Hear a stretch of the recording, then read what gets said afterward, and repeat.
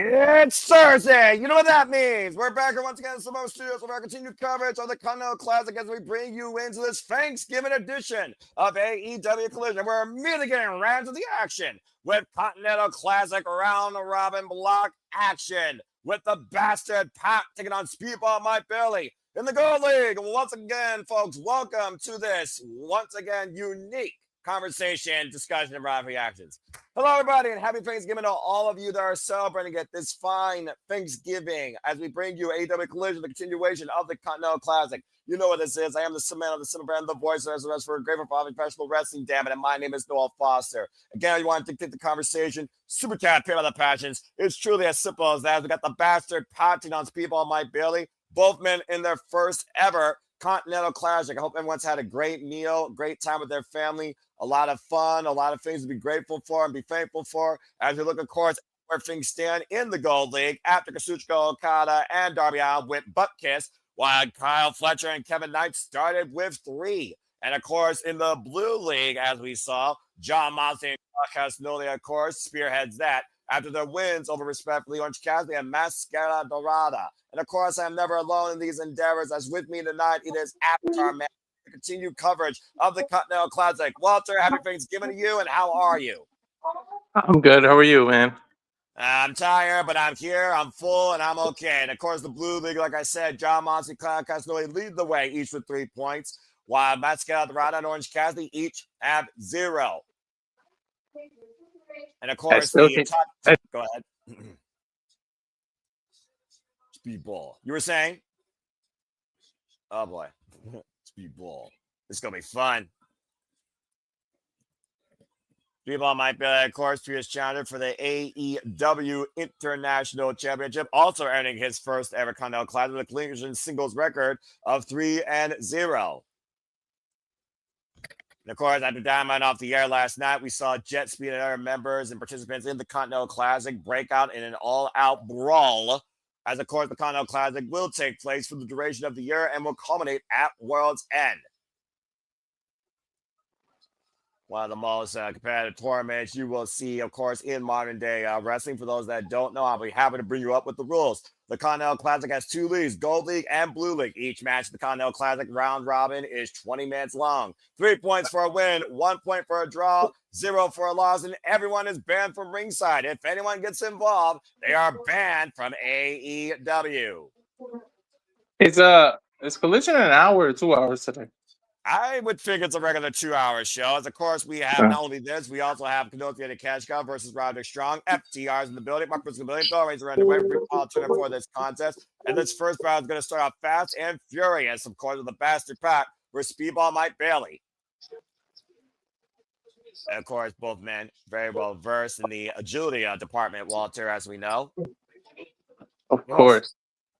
Speedball Mike Bailey, former X Division champion, Bastard Pack, former inaugural AEW All-Atlantic champion, Open the Dragon Gate champion.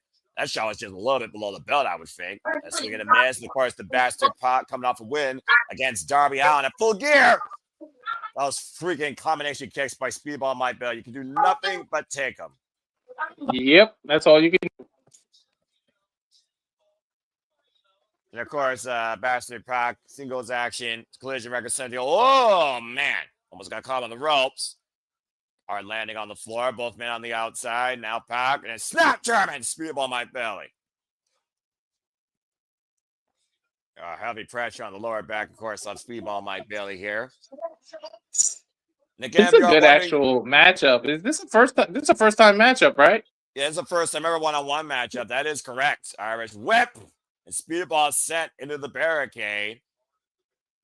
And again, you see Pac right now just driving his boot into the throat. Again, Walter, as we talked about, there will be no outside interference in this evening's Continental Classic activities. And, of course, this past Saturday night at AEW Full Gear, Bastard Pac beat Darby Allin, Speedball Mike Bailey, and Kevin Knight both involved in the Casino Gauntlet match. It looks like someone's decided to join us for the evening or maybe for an announcement. Let's go ahead and welcome in the spirit of Christmas himself, the renegade of wrestling, JJ Williams. JJ, happy Thanksgiving. How are you? Happy gobble gobble, boys. I did not know. I didn't know we were gonna be live, so when I saw you guys on, I was like, "Well, shit, I'm home. Let me pop in." Well, it's Yeah. good to have you in here. I mean, appreciate you, of course. You always bring a taste of what's to come here at Zillow Studios and what's, of course, ahead on your channel. Speaking of a taste, I imagine we'll get a taste of revenge against Derek Garcia. We also have another MXN TV casting call, and Fekla will go one-on-one with Ty Mello. All that and so much more to come tonight as the Continental Classic continues. We'll also hear from our new TNT champion, Mark Briscoe. And of course, folks, this is for the Continental Championship, reigning and defending champion Kazuchika Okada, of course, defending it in this year's tournament. But yeah, JJ, it's good to see you. And of course, the Continental Classic doesn't just happen on Dynamite, it also goes through Collision. Also, tonight we'll have Eddie Kingston versus Katsuyori Shibata. And as we said, we're committed to covering the entire tournament. So at least don't got to worry about this on Saturday night. I heard y'all say that you were going to cover the entire tournament, but one, I thought you guys were just going to do Dynamite, even though it goes on Collision because nobody watches Collision. I do. And two, I didn't think y'all would be working on Thanksgiving. Granted, it's like 8 o'clock where you live, so like the night is winding down, but like it's still early here on the West Coast, so I didn't think y'all would be doing it here on Thanksgiving. Oh yeah, I take no days off, and my family shuts things down by 6 p.m. And so literally, it's once. I'm not gonna lie, the mac and cheese just came out of the oven for me. The mac and cheese came out of the oven for you. Cover 2. Count all it. Go ahead, JJ. I'm Kevin McAllister right now. I'm literally home alone, so I've got a Hungry Man turkey TV dinner that I'm gonna heat up in a little bit. But you know. That sounds like good stuff. I mean, I had a little bit of everything. And of course, the Continental Classic brings you a little bit of everything across all styles of professional wrestling. This competitive round robin tournament. Again, folks, here is your field. Bastard Pockets, People My Billy share the same block as Darby Allin, Kyle Fletcher, Kazuchika Okada, and Kevin Knight. While the blue block consists of Kenosi Nikeshka, John Moxley, Kyle Casnoli, freshly squeezed Orange Cassidy, Roderick Strong, Matsuka Dorada. And of course, we learned last night John Moxley will go one-on-one against Kyle Casnoli as both men lead the Blue League. I can't wait till they have to touch each other. And that sounded bad, but you guys know what I meant. I'm about to say, Walter, we heard Thomas Tony Storm talk about Johnny Boy and Maria Shafir last night. There's nothing compared to that you can say right now that'll be worse than what she said. As of course, we also learn next week, Wednesday, we have a holiday hardcore death match with the Timeless Lomblons versus Maria Shafir and Megan Bang. Winners go on to the finals to take on the Babes of Rap to crown the inaugural AEW Women's Tag Team Championships. Nice round kick by Speedball Mike Bailey. And looking for the running shooting star press. Cover over the far leg. A kick out of 2 by Pac. Pac doesn't even look like the same dude anymore. They're completely evolved, no doubt about that. And I wanted to speak on my blood is going to level up in this tournament. Of course, both men in their first ever Continental Classic. Speedball Mike Bailey, former participant in the Best of Super Juniors, though. Sweeping leg to Pac, hard landing on the apron. And now Speedball with the follow. Triangle moonsault to the outside. I believe Speedball and Kevin Knight are in the same side of the bracket too, so both the Jet Speed are going to have to go toe-to-toe at some point. At some point, we're going to see the Flight and the Strike go one-on-one as action continues here with this commercial break between Pac and Speedball. Fuck television. Yeah, and JJ, there's a lot of unique matches that I'm definitely looking forward to. Darby Allin, Kazuchika Okada, after Okada's comments got to be rattled since Kyle Fletcher beat him in the opening match of the Continental Classic. Of course, Okada reigning and defending champion. And Kevin Knight's People Like Bailey, sometimes you really learn a lot about yourself and your partner when you take on your own team. And of course, talking about partners, own teams, Walter can't wait for John Moxley versus Claudio Castagnoli. That will be next week. And I'm curious how Orange Cassidy and Roderick Strong kind of coexist, being part of the conglomeration. Of course, these two fought over the AEW National Championship, and Roderick Strong beat Orange Cassidy for that title. And of course, Kenosi Nikeshka and Kazuchika Okada have their eyes locked on each other as they look to prove who is the better professional wrestler of the modern era.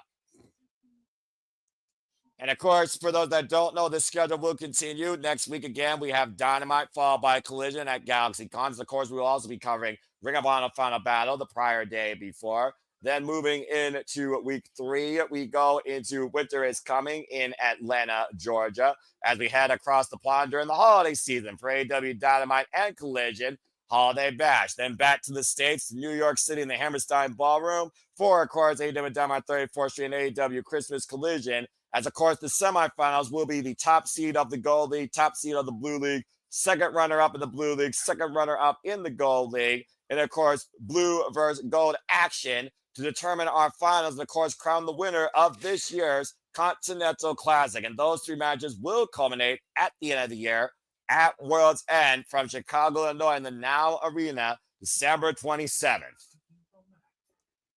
The hell is Can you send me those graphics, dude? Because like I knew about the 34th Street and the Collision Christmas stuff, but I didn't know they had officially announced the holiday bashes and Winter is Coming.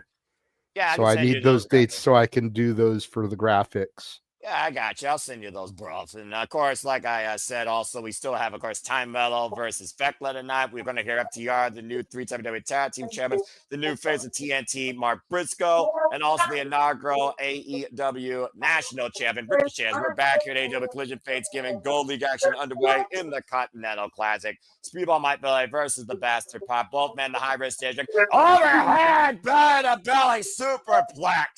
Woo-hoo-hoo-hoo. Tossed him halfway towards Canada. Now back on the cover. Back press on the far leg. It's a 2.5. Take a look at the replay here, Walter and JJ. Good grief. Yeah. Wire Myers. Just now getting the replay. You're a couple seconds ahead of me, but it's no big deal. You're doing the play-by-play. That's all good, JJ. Again, it's welcome to have you here. I'd like to have Nigel McGuinness, of course, for the collision commentary at times, or Brian Dales interchangeably. We got Tony Giovanni and Excalibur. And again, we're dealing with the Gold League and the Blue League. And of course, JJ, you weren't there for the selection special. So I know you've already kind of pinpointed what you think the finals are going to be, but who you think your wild cards could be in each league, honestly? That's a good one. I got to look at this screen here. Probably wild card. You think about somebody that normally wouldn't do big things. So I'm going to go with Kevin Knight for the gold bracket and Cassidy for the blue bracket as the wild cards. And it's interesting, you picked 2 people that are in the Continental Classic for the first time ever. Same thing with these 2 men, as Speedball Mike Billy driving the knees in the Bastard Pack. Crushing the chest cavity of the Bastard. Yeah, this is what I did for our watch-along graphics, because like I said, I didn't have the Winter is Coming Holiday Bash stuff, so I just made like that. Okay. That's simple. And then, like I said, I did have that one, so. That's pretty. Oh, God. Those Revolution News was very pretty to see, but not for the Pack to take, clearly. And good to see Charles Salt, a longtime friend and supporter here of the Simple Hour Steel. It's good to see anybody here that's tuning in, not in the food coma or thinking about football. As, of course, we're covering the Continental Classic and AEW wrestling for this. Yeah. Be thankful Walter hasn't eaten yet, because fat boys and food, the itis is like a real thing. That's fair. Dude, what the itis catch on quick? Especially, I'm not supposed to eat cheese, but I'm going to eat the mac and cheese. I don't give a damn. That mac and cheese is always the favorite dish here. And of course, Pac's looking to serve a victory as the Death Raps to go 3 for 3 so far in the Continental Classic. Both these men right now just changing a boot and a foot to the face. A running foot by Speedball. Pac with the jumping boot forward. Jesus. And both men. I remember when Pac was I remember when Pac was as small as Speedball Mike Bailey. Jesus Christ. Yeah, about to say, though, both men drove each other to opposite sides of the ring. And again, JJ, these will be pure one-on-one contests. There is no outside interference or anybody allowed at ringside. If anyone gets involved, they are banned from AEW. I love that. That is the one thing I like about the C2 and the Continental Championship. Yeah, it truly comes down to the better wrestler. Either you're smarter or you're stronger or you're more resilient. I have yet to see a count-out victory, though, taken in the Continental Classic so far this year. And I do wonder... I like how many teams or factions are in here because it's really, truly, Right? yeah. Especially the Don Callis family. It's going to be super dysfunctional. Death Riders, Jet Speed, conglomeration all throughout this year's Continental Classic. And boom, there's the rabbit down the outside. Yeah, that's going to be interesting when Roddy and Orange Cassidy have to fight each other because Roddy's not really conglomeration. Kyle O'Reilly is. So Roddy's kind of been like associated, but he doesn't seem to have the same loyalty. So is he going to pull punches on Cassidy or is he going to look to like make an example of him? It's going to be interesting when those two fight each other. Yeah, and I feel like the faces are more likely to be like, "Hey, this is part of the tournament handshake. We can get drinks after." The heels are like, because their attitude, their cockiness get in the way. Like that's interesting when the heels have to do it. Rebound German suplex. That wasn't interesting. That was devastating against the announce table. A speedball bent up and over like an accordion on the floor, and Pop might be looking for a count out. That's crazy. I just got the replay of it. That is nuts. Take a look at the way Speedball landed. High angle on the head and shoulders. Pac would be the one. Pac would be the one to take a count out victory, too. Up to 7. Referee Paul Turner so far. We're up to 8. Speedball needs to make his way back in. Lost his footing. Up to 9. Speedball, find your bearings, man. Yo! Counted. That's like 12 already. What the fuck are we doing? Hold on. How did he keep his balance when he did that? Now, technically, isn't it like one part of your body has to break contact underneath the bottom rope? Yeah, but technically he was on the top rope. Well, either way, I guess that still counts as Speedball to the high risk district. Might be looking for an ultimate weapon to seal his first 3 points. And Pac is out of the way. Speedball able to scout it. Nobody holding overhead throw into the corner. Pac doesn't want to be the first Death Rider to have no points because both John Moxley and Claudio got 3 points. And Pac right now with oh man, got caught with a high kick. Jesus. The time adventure sending Pac back in time when he was Finner JJ. He was delivering that pumping bomber, that running momentum lariat. And Speedball right now might be looking for another. Nope. Pac able to duck underneath. Now the schoolboy, the roll off the bridge, the cover. And play. No, he didn't. So close. Oof. All the body weight across the legs. That was impressive. Speedball letting on his feet. And now Speedball with a poison rana. Pac. I knew that was coming. The way he jumped on him. Mm-hmm. This has been a hell of a striking affair of the kicking variety for both of these men. Now Speedball looking for the tornado kick in the corner and connects.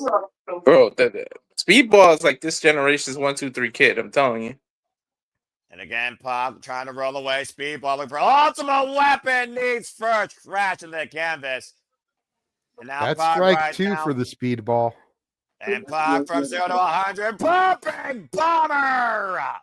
Dude, how much effort he put into that clothesline. And the whiplash effect against the head, shoulders, and neck. Immediately into the brutalizer. Speedball limiting capacity. And that is it. Pac on the board with 3 points in his first match, his first Continental. Did he even tap or he verbally just said I quit? Because I think he's incapacitated, dude. I doubt. It is so nice to see someone resurrect the reigns of Saturn. Right? Oh, yeah. Actually witness it. That was my submission when I wrestled. I called it solitary confinement. How fitting considering the implications of this match. There you see the leaderboard, guys. Pac joins Kyle Fletcher and Kevin Knight for 3 points so far, while Speedball joins Okada and Darby at 0 after their first match. Kevin Knight beat Darby Allin? Yep. Clean, too.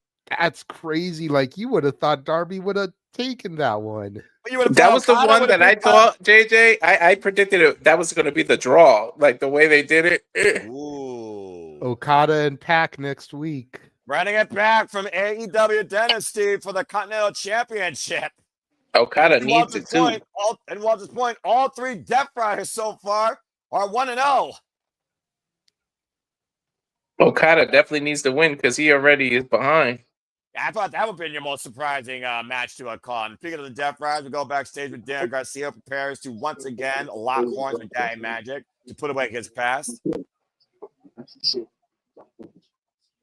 I appreciate everything you've done for me.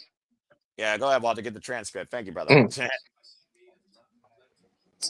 One last time. Love won't be in vain. You've been through for every tournament, the TNT Championship. When I come through you, I'm going for that title. Ooh. Well, we know his plans. Moxie's face. Yeah, John Moxley seems to agree with the plan. We'll see if that plan comes with vision. Again, the Continental Classic is brought to you by the Simple Lava Studios, Noah Foster, Walter Cruz, Renegade Wrestling, JJ Williams. We're happy to bring you the entire coverage of this year's tournament, a first-time ever endeavor, courtesy of the Simple Lava Studios for our love professional wrestling. Before we cover all the biggest shows, favorites and specials across WWE, NXT, AEW, TNA, ROH, Independent Motions, Combat Limited 2, HOG, TCW, JCW, New Japan Pro Wrestling, and Japanese Motions, and more. We got a commercial break. Fuck television. Oh. Rinse it off. I keep getting that commercial, but I actually like that commercial's funny as hell to me. Look. Listen, I still do not care about freaking public endorsement for advertisement. But anyway. Oh, all right. Well, I've got a moment to breathe. Again, JJ, to Walter's point, he was surprised when the very first match of this Continental Classic, Kyle Fletcher beat Okada again. Yeah, that's surprising too. I thought that would have gone to a time limit draw or something. Especially since I've got Okada versus Takeshita in the finals. Like we've seen the tension building between those two for a while. Yes. And I think the best way to like really kick that into gear going into the new year, into Wrestle Kingdom, into all that stuff would be for them to meet in the finals of this tournament.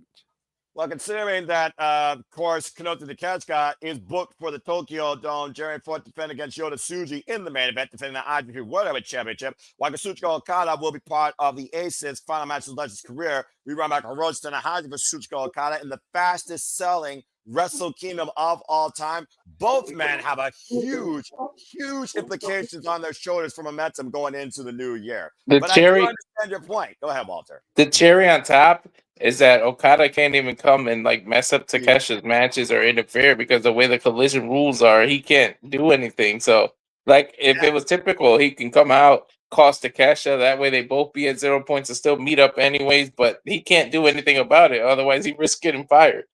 And also, again, there is no Death Rider shenanigans. These matches are pure one-on-one contests. And to the point last night, John Moxley, he won with a darts choke against Mascara Dorado, modifying his submission offense. He did a reverse darts choke. It's very hard to pull that off. Considering he's formerly trained in MMA, I mean, again, we're seeing John Moxley in his purest wrestling form. That would be the most dangerous man, considering he was a finalist in the inaugural Continental Classic. And Clark has always been involved in all three Continental Classics. And again, folks, here are the rules in case you didn't hear them or see them. 20 minutes per match, 3 points for a win, 1 point for a draw. Everyone's banned from ringside. If someone gets involved, they are banned from AEW. You're basically fired. And this has been the integrity of this tournament since its inception, 2023, due to the severity of the consequence, which I absolutely love. Realistic one-on-one competitive contests where the better man wins or outsmarts the other. And of course, so far we've seen Kyle Fletcher rogue Kazuchika Okada. We saw Kevin Knight UFO splash Darby Allin, John Moxley incapacitate Mascara Dorada, and Clark Castagnoli Swiss uppercut to death Orange Cassidy. As we go backstage to the former AEW World Tag Team Champion. Yeah, I just got back, so I think we're in sync, Noah. Because sometimes when we go to commercials, it gets out of sync. I don't know why. Coast time. Let's hear what Bandito and Brody King have to say. You wonder if they're going to go their separate ways for now. And it's because of me. But I feel proud. Bandito. He's Maria Mano. Coming out of fight. I'll never stop fighting. Next time I'm trying for titles. Mano. I would not let that happen again. You know, I'm not got CR. That's not the only thing that keeps me alive. You're right, you are my brother. And I'm proud of what we were to do these last few months. And that's not over. It doesn't have to be over. Rodito. Very long time. There we go. And next Friday, of course, you are still a champion. As of course, Bandito will be defending his Ring of Honor World Championship at Ring of Honor Final Battle. It would have been interesting after they lost the tag titles if they both were in this tournament. Yeah, well, I mean, Brody King was previously involved in it. He was involved in the inaugural one, but again, both men taking their careers in a different direction. And of course, still emotional after the loss, an incredible tag title match against FTR. And of course, we have Excalibur not against Tony Giovanni on commentary tonight for this edition of Thanksgiving Collision and the continuation of the Continental Classic Tournament. And Charles Schultz sending his thoughts here. Knowing we are going to get Monsters Claudio again next week. We know that now.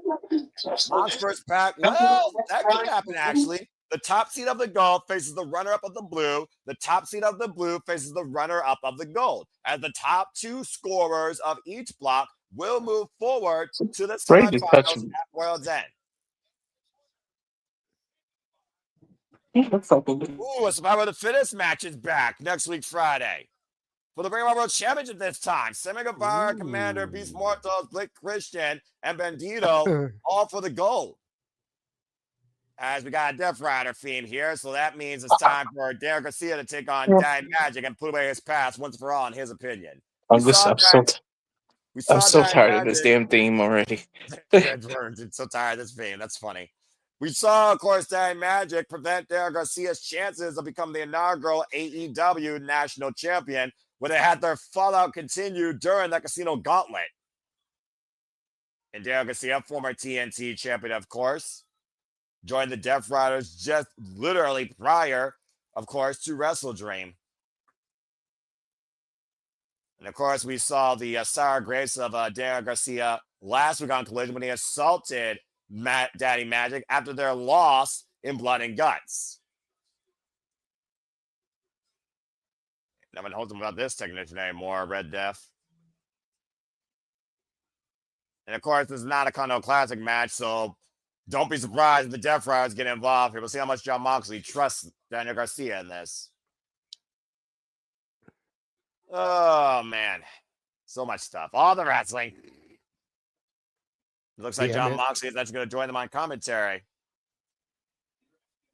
JJ, what have you thought about Daddy Magic and Daniel Garcia's connection and relationship in AEW and how it's really unraveled since he joined the Death Riders? I mean, we've seen kind of like this father-son type mentality and relationship with these two since their inception. That's been all tossed to the wayside because Daniel Garcia, simply put, he didn't want to be considered a loser anymore. He considered the Death Riders a mentality where even when you are defeated, you still keep fighting. What's your thoughts on all that? See, I'm probably the wrong person to ask because I didn't watch when the fallout happened. That rings. All I can say is that I've always been a fan of Daddy Magic and Cool Hand Ange. You know, whether you want to call it a father-son or big brother, little brother relationship between Daddy Magic and Daniel Garcia, it does suck to see it splinter. But, you know, there were tensions between them going back because if you remember, Danny Magic hated Danny Garcia in the dance. Eventually he came around to it, but now, you know, they're split up for good. So it can only benefit Daniel Garcia. I mean, Daddy Magic has literally told Daniel Garcia to man up to me, Danny. Is this really what you are now? Is this really who you've become? And there you go and see the official JJ, as I pointed out, December on 34th Street in Christmas Collision, December 20th and 21st in the Hammerstein Ballroom in New York City. Yeah, see, that I knew about. I assume Collision is going to air on Christmas Day that week, like we're actually getting Collision on Thanksgiving Day this week. It wouldn't surprise me. And it looks like AEW is going to take up residency in Arlington, Texas once again in the start of the new year with Collision. They're going to Tulsa, Oklahoma for Dynamite, literally the Wednesday after Wrestle Kingdom. As you still see the upcoming dates and towns coming up for AEW Dynamite. get some affordable wrestling in your life. You want to go live. And right now, Daddy Magic mounting Daniel Garcia in the corner, teeing off here. Of course, Daddy Magic's mostly been on commentary due to bad ribs, as of course we've seen those ribs heavily bandaged up in the past. But of course, Daddy Magic is fueled on teaching Daniel Garcia a lesson. Oh, well, look down. The wife is on it now. The Irish whip. And, oh, man. Yep, that runs in the family, apparently. As of course, we did learn, to Walter's point, next week, Wednesday on Dynamite, we will be calling the continuation of the AEW Women's Tag Championship Tournament as Timeless Toys for me and Shirakawa, the Forever Love Bombs, will take on Marina Shafir and Megan Bayne in the semifinals in a holiday hardcore death match, where the winner will go on to face the Bears of Wrath in the finals to crown the inaugural AEW Women's Tag Team Champions. So Walter doesn't get his bedroom brawl, whatever it was that he wanted? No, but I'm sure he'll still be satisfied nonetheless. I'm just figuring out right now who's more violent, who intrigues me more, Marina Shafir or Timeless Tony Storm. All I know is if it's a holiday hardcore match, somebody better get hit by a Christmas tree. I'm just saying. As long as the Christmas tree isn't made out of barbed wire for tinsel. Not that I'm giving anybody ideas. Danny Magic going inside the ring, not getting a chair and play. Of course, this is a regular one-on-one match. This is not a death match. This is not no disqualification. Get that coming off the screen. Danny Magic right now just being brained with these headbutts and these rising knee strikes by Daniel Garcia. Okay, so it's a death match next week with Tony, Mina, Marina, and Megan. Correct. If Megan or Marina don't beat the shit out of one of the good girls with something and shout out ho, ho, ho, they've missed the butt. Oh, bloody hell, JJ. There's a definition why JJ is always been on the naughty list. Look, it is Christmas time and they are the timeless love bombs. And Daniel Garcia has busted Daddy Magic open as we're seeing red, and it's not the type of red you see on a candy cane. And Daddy Magic bounced back into this. Straight to this commercial break. Fuck television. They better smash some ornaments on each other's heads. They better go all out. That you're about to say, forget this is Timeless Toy Story. Oh my God! I just thought what Tony can do. She's gonna smash up some ornament glass and then put it on her fist, tape it to her fist. Watch. I mean, we're talking about Mina Shirakawa, who suggested a Taipei death match. Mina has turned into a violent bitch thanks to Tony Storm. And I bet you they do that. They're gonna smash the ornaments up and then tape it to their fist. Oh, I just want Mina Shirakawa under my Christmas tree come Christmas morning. JJ! Bloody hell, go get an autograph, you freaking goober. I'm surrounded by buffoons. I will when we get to Vegas. Well, that's still up for debate, whether you're going to freaking hit the jackpot or go bankrupt or even make it there. Double or nothing. We'll find out soon enough. And again, folks, stay tuned. We'll be covering WrestleMania All-Star under 50 Club, blah, blah, blah, 2-night extravaganza next year from the Allegiant Stadium in Las Vegas. It's pretty much become an all-star part-timer show lately in that place. And, of course, tomorrow night we'll be back with Survivor Series, 10:30 p.m. Eastern Standard Time, following SmackDown here at Samoa Studios, with our coverage to come the following day ahead of the Saturday shenanigans. Salisbury Wrestling, JJ Williams, if not me, which seems to be more of a regular thing, apparently. And again, that's all I had here in the short run here at Samoa Studios. You will also see Walter and JJ eventually covering week 2 of Gold Rush ahead of deadline from their NXT. Stay tuned. Yes, that'll be this Saturday. Walter, are we doing it at 11 a.m. or at high noon? High noon would be better. Okay. You want to make that? You're gonna make that official? It is official. Yes, that way we can get it in and done before Survivor Series begins. Fair enough. All right, I respect that take. Especially since our countdown has been canceled, as I'm sure you saw in the group chat. So I did. Prayers are passions, though. Mad respect. It also means I get to sleep in more. Yay. So we're able to get all that shit in. Lee wants to know what was on the menu for you. Was it all traditional? Pretty much green bean casserole, sweet potatoes, mac and cheese, turkey, dinner rolls, deviled eggs, and then for dessert it was our strawberry banana cheesecake fruit salad, a peach cobbler, and a vanilla pudding cake. Oh my god, And that's a you ate lot. hold up, Walter. You ate all of that and you still skinny as fuck? Yep. That's what I'm saying. Where do you put it? Down my throat, and right now, Daniel Garcia is trying to send a proverbial message down Danny Magic's throat in this submission. He is scared we're back at AEW Collision Thanksgiving. Now, Daddy Magic, Magic looks like he raided Kevin Nash's closet. Right? Like some of his old Wolfpack pants. He's not fueled Exactly. by do so. He's fueled by revenge, and he's got Daniel Garcia trapped in all holes, a Boston crab.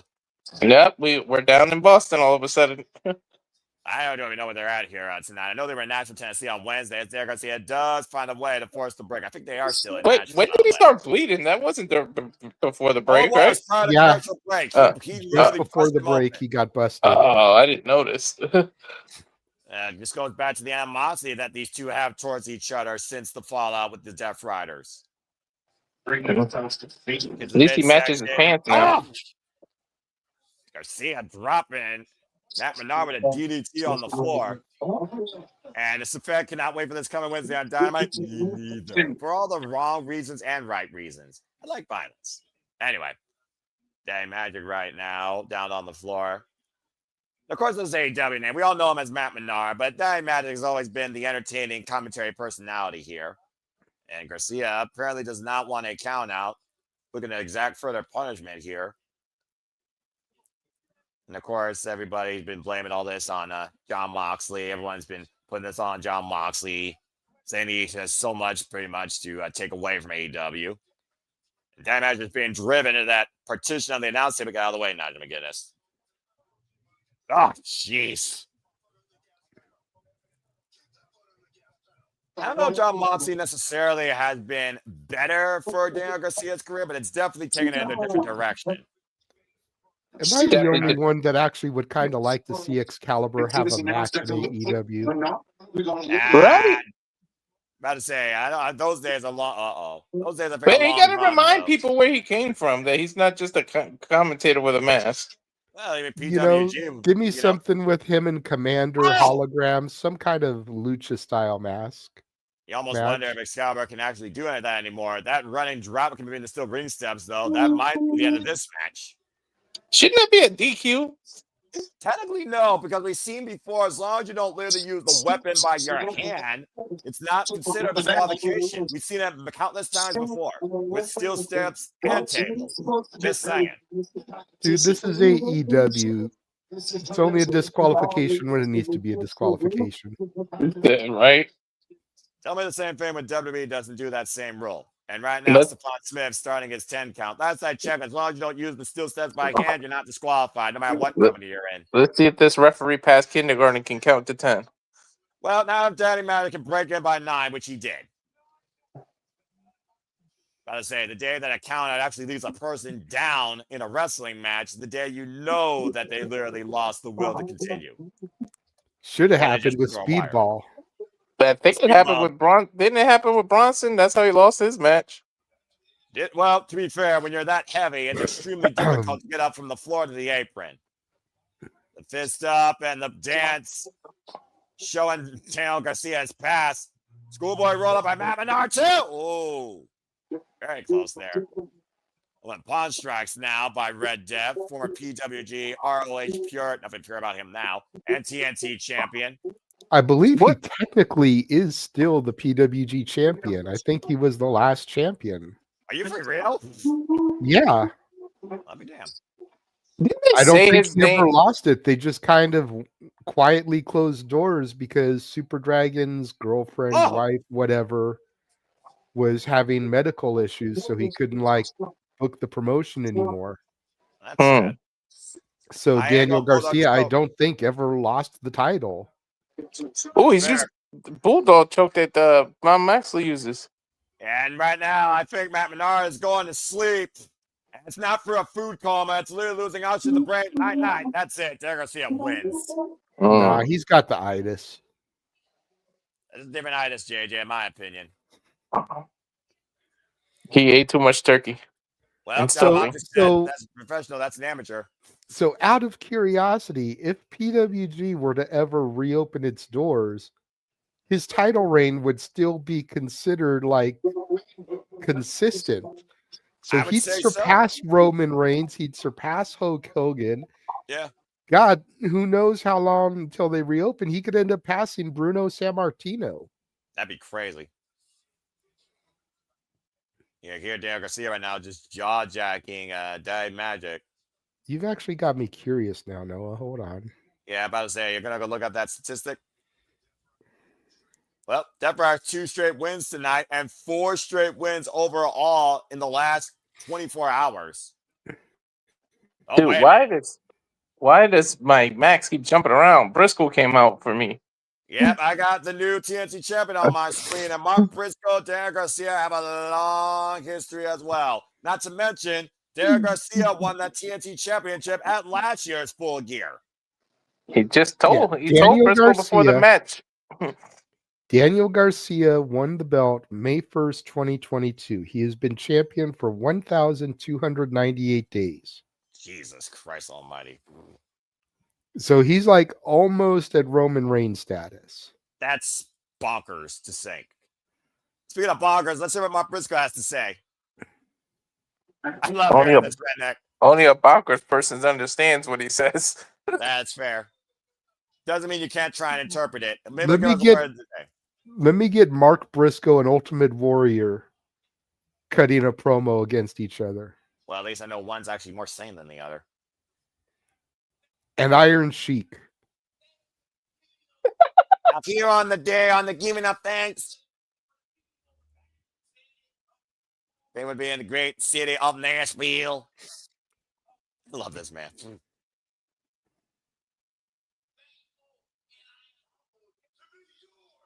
And I am faithful. I'm going to be your TNT champion. That's right. He's the face of WBD. I love it. You deserve a chance of breaking out now. He fucking earned it, dude. No denying that. Moxley What is Moxley whispering? You can only imagine what that Death Rider is thinking.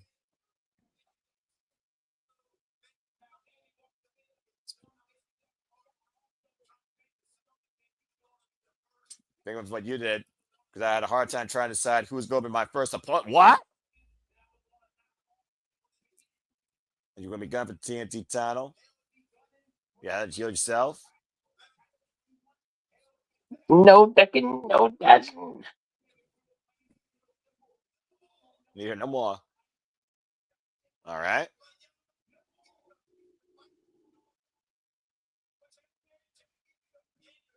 Preach! Don't let your mouth run a shit that your ass can't cash.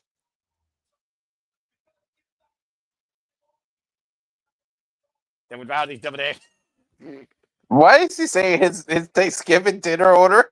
I mean, hey, it's Thanksgiving, right? You gotta stay away from devil. He's practicing Nick Ferrantes. Right? Exactly. I'd rather hear him The than Canadian Nick king of food. I'm going to devour your ass, John boy. Give me this match next week. Right? I can't let my son go near devil eggs. It's more gas than freaking sicko if he eats some devil eggs. That's a generic problem, I think, right there. Yeah, that's an eggs thing. Yeah, I'm about to say that's an allergic reaction. Either way, Mark Briscoe looking to be the antidote to this Death Rider vendetta that Daniel Garcia has fully consumed, as it looks like Mark Briscoe caught Daniel Garcia to be his first challenger for the TNT Championship. And it looks like Briscoe's got a new championship. Check out the camo strap there. Presented by Orange Cassidy himself of the conglomeration.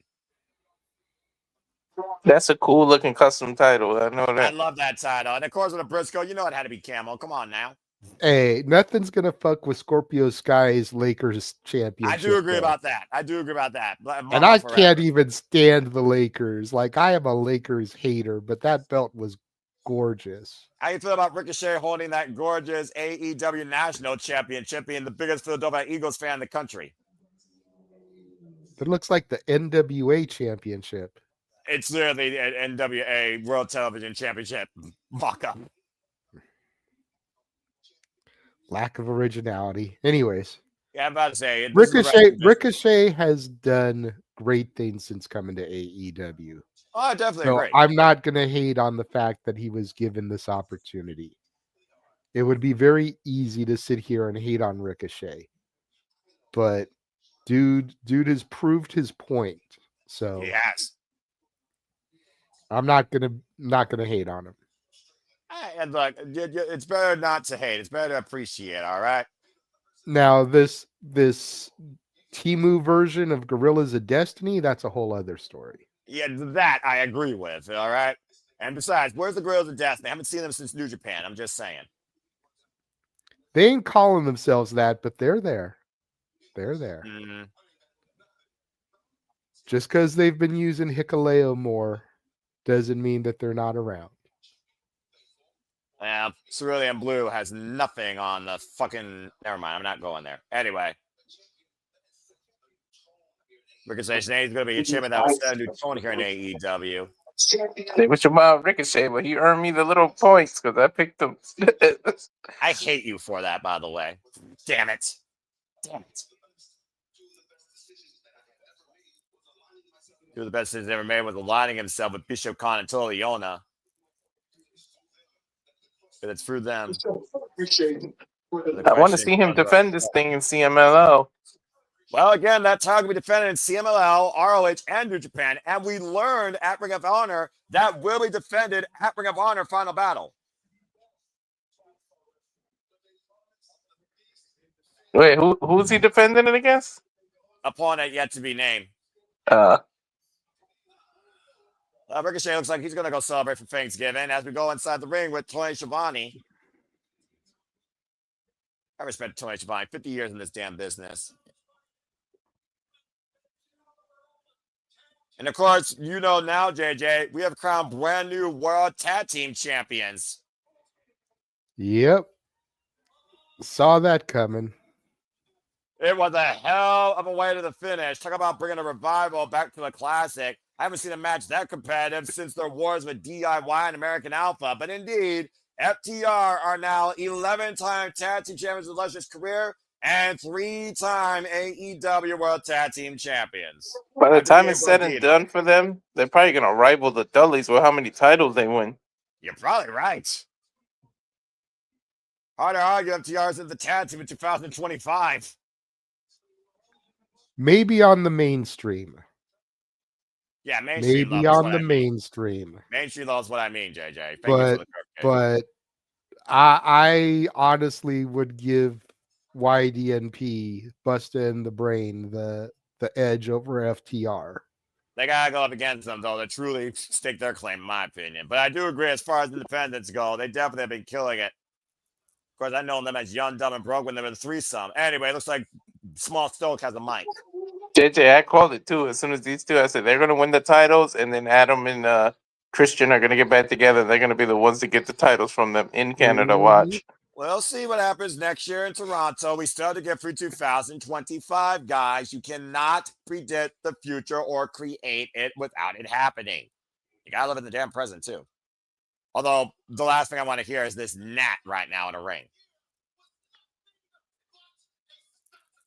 Gnat. Jeez, that's a little harsh, but I'll stop you when you're telling lies. About to say. Thank you, JJ. See if he actually says anything worthwhile. In the meantime, you got to consider what they're going to do with December before Edge and Christian return, because you know there's a whole tag division that definitely have been against FTR's actions as of late. Of course, Jet Speed is involved in the Continental Classic, so won't be them.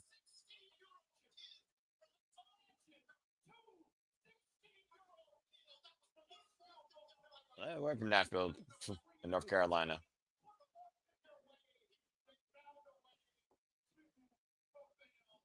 I mean, Stoke did take the bullet at Saturday night. I will give him that. Really humbled.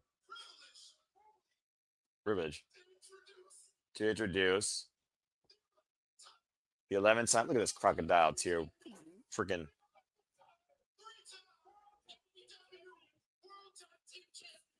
WWE Tag Team Champions.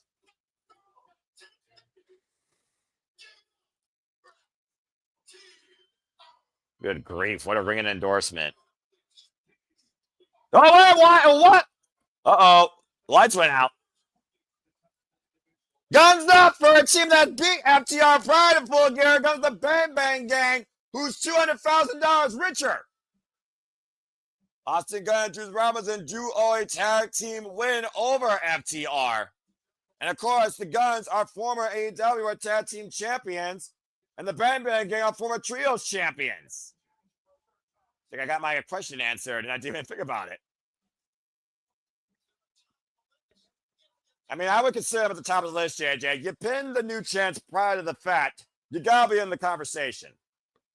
Definitely. Dude, now Juice Robinson looks like he belongs in the 1980s. Well, at least he doesn't look at the honeycomb, kid. And yeah, get out of the way, kid. Let the adults speak.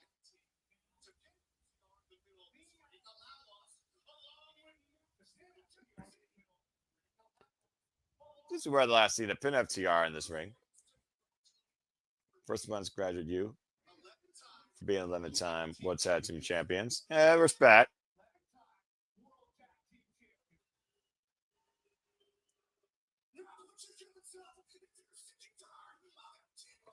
Accurate. Guns up. And Jude stand like from Dax. Just because FTR is the greatest tag team of all time doesn't mean we all want to hear again. We get it. You're the best. You're better than Rock and Roll. You're better than Man Express. Blah, blah, blah. I'm not going to take anything away from you. We know how good you are. But last week, the Bang Bang Gang won $200,000, and they did in a four-way tag.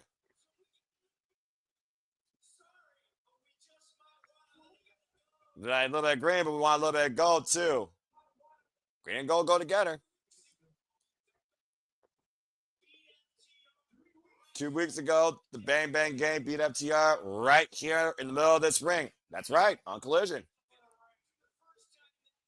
No, that wasn't the first thing that happened, was it? No, it wasn't. It has, actually, with different partners, but nonetheless, he's right. They have beat FTR before.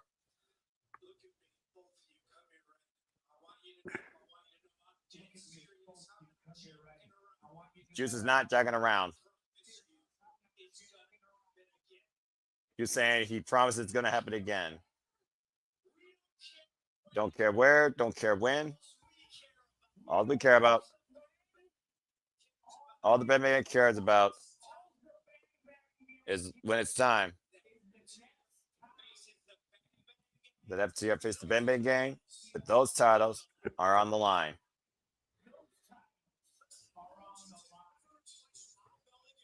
World's End. I can see it. Wow, they really did not want to hear him. You know what? And maybe, just maybe, next time, I don't care if it takes an hour, maybe next time, it's the Bang Bang Gang's time.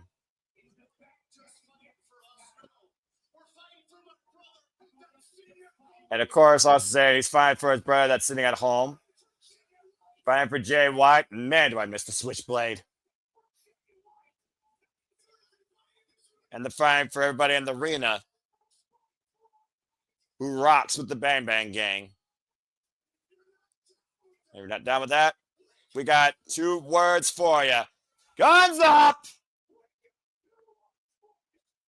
Well, a hell of a statement by the Bang Bang Gang, who sets FTR's numbers on numerous occasions, shutting the champs up tonight and halting what would have been a very exhausting celebration. World's End for a shout out, though, JD. I could definitely see that happening because they literally might be FTR's end before a new beginning. They've done it before. Can they do it again? But coming up next, strike a pose if you choose, as MXN TV has a casting call to return to AEW Collision. Fuck television. I don't care about an MXM TV casting call. What I care about is Noah by Elegance. Look, that's never going to happen. All right, you all can give up on that trope. It's never going to happen. And again, Safet also with us, guns up. So that being said, I've got a moment to breathe. JJ, I want to get your thoughts now lately on what's been developing the AEW Women's Tag Team Championship Tournament. Of course, we did just talk about where the tournament stands and what is ahead. We know one half of our finalists now are the Babes of Wrath, which I think nobody had at first and probably was a major bracket buster, but it is what it is, as the saying goes, that I got in my living room. And again, we got 3 very dynamic, one of a kind, brought together tag teams in the running now for the gold. The originals are out. So I got to ask your thoughts. Who do you think right now is going to face the Babes of Wrath in the finals? Do you got an early prediction between Tony and Mina and Bane and Shafir, knowing we're getting a holiday hardcore death match? And of course, the last time we saw these forming together, Shafir and Bane made Mina Shirakawa pass out in mother's milk while being whipped like a government meal with a title. Now they got free range to do that again and then some. Well, there was Nick's theory, I think it was, about Tony and Mina going through Megan and Marina and then getting to the Sisters of Sin in the final, kind of a payback for what went down at Blood and Guts. Right. Clearly, the Sisters of Sin didn't make it to the finals now. Which shocked the Jesus out of me. So that makes me wonder, as much as I would love to see gold around Mina's torso. Good man. I think the story of this is going to go back to the Death Riders. And it's Willow overcoming Marina. Because you need a heel team to face the Babes of Wrath. Tony and Mina aren't heels. They can be violent, they can be vicious. As pointed out numerous times, Mina wanted a Taipei death match. They some crazy bitches. I love them for that. But they're not heels. We need a heel team. So I think Megan and Marina get what by and large people would call the upset here. Especially since Marina was a last-minute addition, because it was supposed to be the Megasis and Penelope Ford. And of course, Penelope Ford is definitely an injury, in case you folks don't know, due to a torn UCL. I wish her the absolute best in her recovery on behalf of the Super Reliable Studios. Well, to your point, though, Willow did say she will be the biggest problem for the Death Riders, and we haven't seen that picked up since Double or Nothing at Anarchy in the Arena. But and I've been saying for a minute that Moxley's excommunication is going to happen at World's End. World's End is where his world is going to come crashing down. So I think if Marina eats the L in the finals, right, allowing the Babes of Wrath to become champions, then you excommunicate the 2 original members. That's a fair point. I do understand what you're saying, but it really, for me, comes down to next week what happens with Jon Moxley and Claudio Castagnoli. And these matches can go to a draw. So if it goes to a draw, is either man proving a point when it comes to the Death Riders? I don't know. I'm very curious how this goes. And meanwhile, let's go back to the 80s with the Others! Okay, this makes me a little happy. Grand Theft Auto 6 might be delayed till next year in November, but this November, we're Grace with the Outrunners, this Thanksgiving, taking on the MXN Collection. Turbo Floyd and Truth Magnums, making Vaporwave, visors, and neon colors cool again, alongside Dalton Castle. might be future Ring of Honor 6-man tag team champions. I never thought that I would need that Dalton Castle and the Outrunners could work so well as a trio. Beyond bizarre, but it just works. Dalton Castle, former Ring of Honor World Champion, by the way. Outrunners, former challengers for the AEW Tag Team Champions against the Hurt Syndicate at Revolution. JJ right now is silent because he has no idea what to make of this kerfuffle. I don't know what kerfuffles me more, Noah. Please do. The sight of the Outrunners with Dalton Castle, the sight of his boys, or the fact that Massey and Mansoor are dressed as the fucking Cowardly Lion and the Tin Man. I'm not sure which kerfuffles me more. Would you say that something wicked this way comes? Because music star Michael Way in the audience tonight, apparently. Oh my God. AEW, so damn weird. I mean, did Jomo and Taya not get the memo here? Because they're not Scarecrow and Dorothy. I got nothing. I don't know. I mean, I get the shameless plug here because, you know, Wicked and everything being the hot thing right now, but like, come on, y'all, let's go big or go home. Well, I mean, hey, not Flake.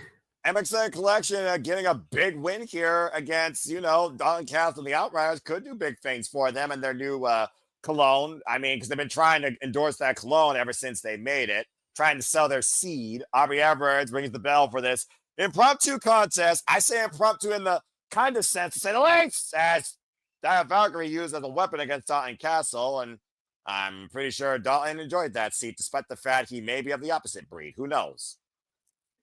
Different type of birds in these matches right now. Look, I don't care what your sexual orientation is. Yeah, me neither. When a posterior the size of Taya Valkyrie's lands on your junk, you're going to show some emotion.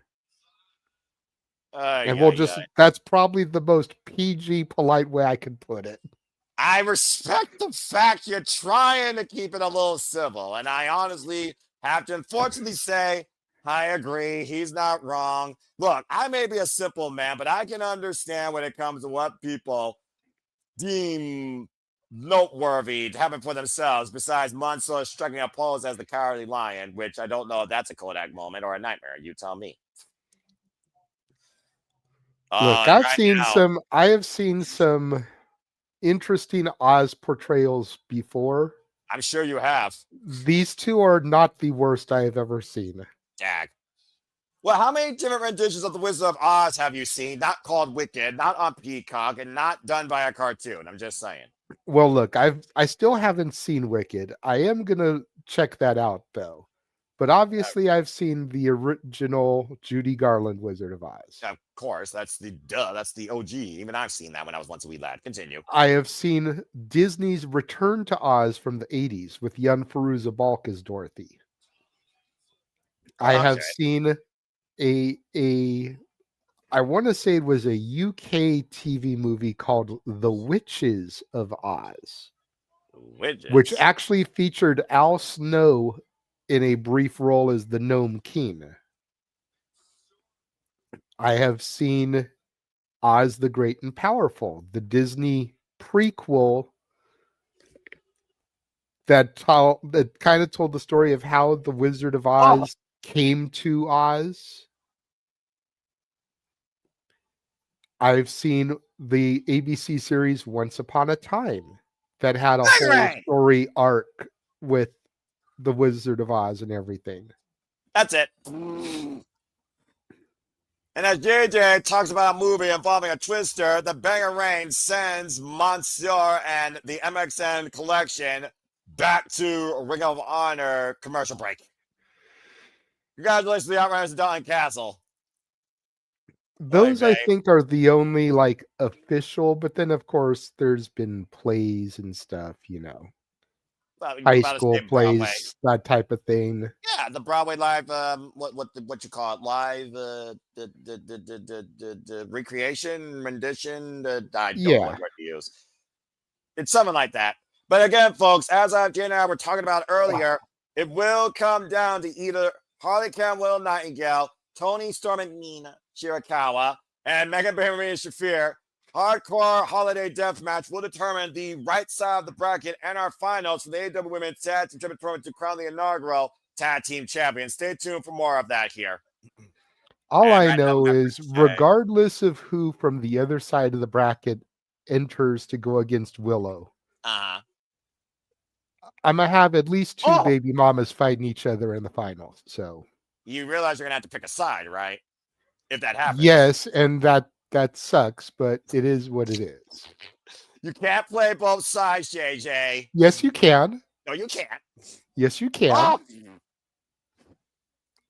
Freaking Jerry the King Lawler. You go to Vegas. You put money on one at one casino. You go next door to the other casino. You put money on the other one. Either way, you win, and you get to watch the match. But you still lose. Because I'm guaranteed to get Willow, a future baby mama of mine. And then I either get Megan Bain or Mina Shirakawa. Ay. A future baby mama of mine. All I gotta say is Mina does make me happy. And seeing fragile Who Mina, makes you happier though? Mina or Allie? it depends. There's different forms of happiness with them. Laura Denise right now is doing incredible things for Chainsaw Girls podcast and also doing good for herself. I'm happy to see that when she was in a negative state. While Mina Shirakawa brings an absolutely incredible amount of energy and strong spirit in the ring that I've followed since Stardom. She used to be a model. And of course, as part of actress residence, her and Saya Kamatani came in with Tam Nakano. Whoa! And Michael Hayes just pushed Ricochet down. I want to see Ricochet get brand with a guitar. That would just be so awesome. Aubrey Edwards keeping the peace. So your brand new inaugural, not even a week old champion just got punked out by a country music superstar. To be fair, it's Ricochet. How many people have not been punked out by this not wrestler, JJ? I'm just fair, but I'm just saying, like, you need to install some prestige to that championship. Getting punked out by a country music star less than a week into your reign ain't a good look. I agree. Now, if you want to save that for the pay-per-view, okay, maybe. At least you're a couple weeks in. It's a big show. People are paying money to see it. Good Lord. It's not free television. It's not free television on a holiday where they're probably not getting a whole lot of people watching it like they normally would. Yeah, exactly. You know, it's a bad look, I think. Maybe it's nitpicky, but no, I mean, it's justified though, nitpicking. It's like, friggin' sample platter here. I mean, look at this friggin' gaggle of oddities and greats. Friggin' Don Callis family. Oddities and greats is definitely a good way to describe these because you've got RPG Vice next to Takeshita and Okada. And Kyle Fletcher and Mark Davis. And I don't see Fletcher there. Kyle Fletcher's in the back. Oh, there he is. He's kind of hiding behind Callis. I couldn't really see him there. The shine off Callis's head blocked Fletcher. I mean, I'm about to say that head could be literally looked at from space versus someone's Christmas lights. Of course, Don Callis family are $1 million richer as well after winning that $1 million trios match. Thankful to be in the Kondo Classic. I'm thankful for this family. Oh, that was nice by Konosuke. Of course, Konosuke was the first member of the Don Callis family. I'm thankful for that. I don't have to team with the Ketchka. Oh. When this match happens. I'm telling you, bro, that's the finals. Ejected in my face, JJ! Anyway, the Callis family once again have their own internal family feud. As we move into singles action now with Eddie Kingston and Katsuyori Shibata. Again, give me this match. Stop it. Give me this match. I cannot wait for this. Katsura Shibata, 1/3 of the arm, still AEW World Trios champions alongside, of course, the new AEW Men's World Champion, Samoa Joe. And, of course, we saw now him and Page Swerve Strickland are working as a duo. That might be the most dangerously full duo in AEW history.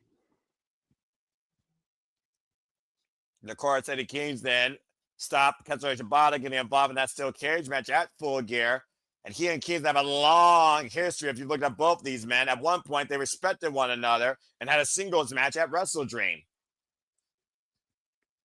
Katsura Shibata as a heel, though, that's just freaking awesome. And I know Eddie Kingston is still furious what Hook did, but he probably understands what Hook did as well. I mean, it's not the first time a man from the streets got betrayed. And immediately before the bell rings, the fight's on here on the entranceway. I knew that this was not going to be just a downright clean, pure match, despite the fact Country Bob from a Ring of Honor Pure Champion. I knew this was going to be a fight. All the way outside and driving Kingston's elbow in the barricade. Kingston, of course, coming back from the double knee replacement surgery that kept him out since last year, May. And Kingston already down to one knee. And is Shibata using the top covering of the barricade like a weapon? Well, I guess Telly the bell, didn't ring. So I guess, you can't disqualify the man. But still, I'm not sure how effective that is either. Try to use that chair now. And again, able to stop it. Now Shibata giving Kingston a seat. Now, I know you have a long-term history when it comes to Eddie Kingston. Oh! Eddie Kingston, JJ, and your feelings towards him. Of course, inaugural Continental Classic champion here. But, I mean, you look at the attitudes right now that both men displayed. And you see what Eddie Kingston's been displaying since being part of AEW. It's kind of been night and day. Yeah. I'm still trying to get used to seeing Shibata as a heel. Right? He kind of struck me as a Steamboat-esque type of wrestler. Like, I never thought I would see him as a heel. Right. So this is different for me. Makes me wonder if his style is going to be different. Bell Reigns officially underway. Now this match officially underway. Rising knee strike. I never thought I'd see Shibata ring again after what happened to Sakura Genesis. So I'm just going for that. Butterfly suplex. Double underhook. Kingston looking for the cover. Hook of the leg. And Rick Knox gets a 2 count. Of course, it was Cook who betrayed Eddie Kingston and him and Adam Page. An inside job the whole time. Samoa Joe, the mastermind of it all. In a way, I'm not really surprised considering how Taz introduced Samoa Joe and vice versa in TNA. Mm-hmm. And of course, we'll be covering Ring of Honor Final Battle next week, Friday, JJ, along with Diamond and Collision as the Continental Classic continues. Stay tuned for more on that, folks. As of course, we keep you up with all the wrestling heading into the holiday season. Shibata right now just literally playing the crowd. You're going to have a serious choice you have to make, sir, because next week is Final Battle and Final Resolution on the same day. I'll see what both the women's and the men's World Championship matches are and go from there. I got my men's world and my women's World Championship matches for Ring of Honor. Both of them are very pleasing to me. Let's see if TNA can do the same. And right now, the Snapmare, not the first time I've bid for choice, red pill, blue pill like the Matrix. Now Shibata going after the wrist and the arm, almost a modified double wrist lock here.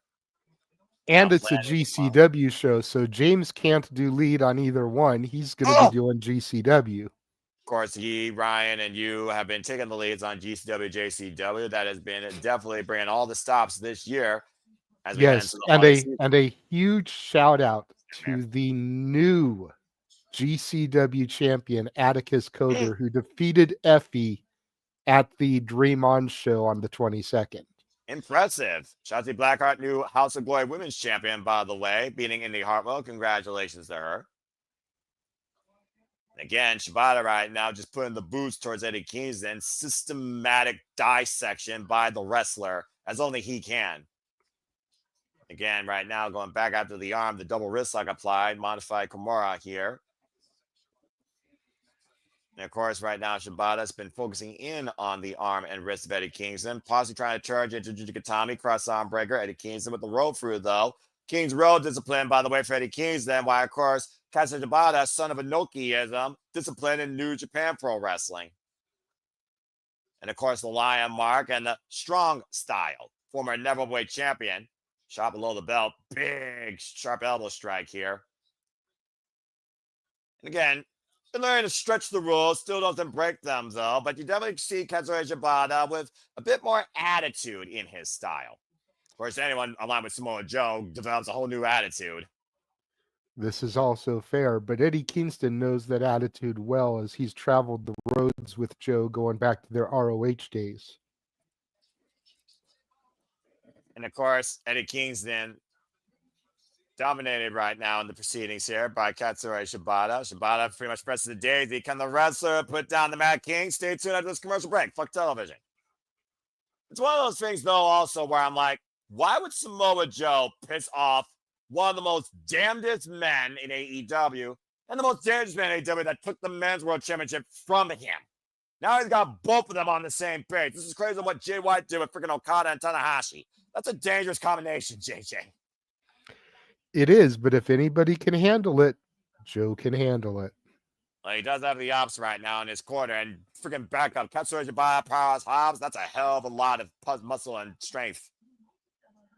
And again, folks, still to come tonight, Continental Classic action will continue. We also have Fekla versus Ty Mello. Of course, Fekla, part of the Triangle of Madness, now the sister eliminated from this tournament. You know they're going to be coming back here for a message, proving how they're going to make this division absolutely toxic. Of course, Ty Mello, Ty J was eliminated in the opening rounds of the AEW Women's Tag Team Tournament. And still to come in Continental Classic action, our main event as the Alpha Kadoza Takeshita goes one-on-one with Roderick Strong. And again, JJ, these are both these men's first ever Continental Classic. Yep, and so you know they're going to be looking to prove points. Yeah, there's no denying that. And you're good, bro. All right, well, as a moment to breathe here, folks, again, I want to thank you all for tuning into us if you have so far during the proceedings here. I hope everyone's had a wonderful Thanksgiving if you celebrated it. If you can, talk about what you're grateful for, what you're thankful for. If you don't celebrate the holiday, show an attitude of gratitude. Think about what is good in this world, what is good for you, what is good to you. I'm personally thankful for professional wrestling, my family, my health, the way I'm able to literally do this on a virtual daily basis with great friends. And overall, I think I'm just thankful to literally see the day, for tomorrow, as good old JR says, is never a guarantee. And I hope that you all can appreciate the simplest things that are offered to you and given to you in life. Each day you wake up out of bed, see the sun shine, and you can say good morning. With that being said, we got a momentary commercial break here. Again, please like, subscribe, comment, and tell a friend. I would like to remind you to follow the friends here of the Simple Alpha Studios, your one-stop spot for all professional wrestling coverage. Don't be a dickhead. Subscribe today. Bad for Wrestling. Show up. Please follow Ash at Shadowback. Also Batty for Wrestling. Again, a great friend, New Japan Pro Wrestling and pop culture.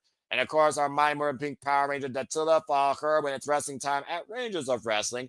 There you see the social medias right there as she talks about Power Rangers, professional wrestling. She will also be going this weekend to Survivor Series.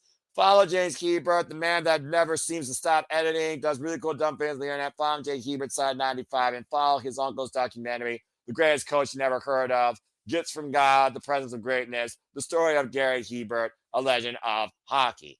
Of course, Walter Cruz right now is enjoying Thanksgiving, but follow the Rage of Wrestling. Walter Cruz, get it, got it, but as Princess, La Princess, has told you. Again, follow the Rage of Wrestling, Walter Cruz. And you just saw him a moment ago. He'll be back here momentarily. Follow the Renegade Wrestling J.J. Williams, of course. As, of course, the Renegade Wrestling J.J. Williams has plenty to bring you here in gifts and cheer for the holiday season, including more retro movie watch-along reviews, as well as stories that a song can tell. Katsuyori Shibata almost caught with a low blow. Rick Knox admonishing him, though, it was like a real blow, but it did not get thrown out. Again, stretching the rules to the max. We are back here at AEW Thanksgiving Collision for this one-on-one grudge match, and he keeps trying to take the advantage and hits Shibata with a DDT. Cover Kingston and got him.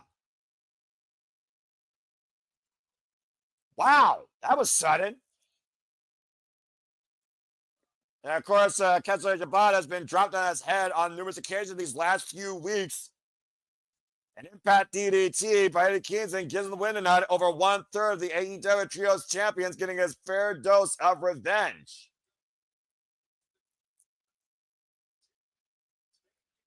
Taking out Katsuyori Shibata. Hit the state row, as I always said, only takes one. Eddie Kingston just proved that tonight, dropping the wrestler.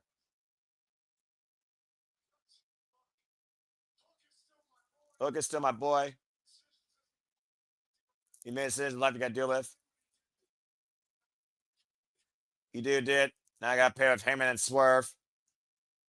Respect.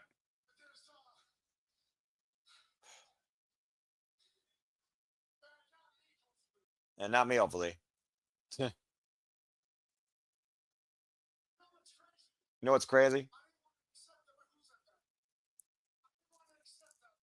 I don't want to accept that, though. And when we come at you, so we'll do that. Uh-oh.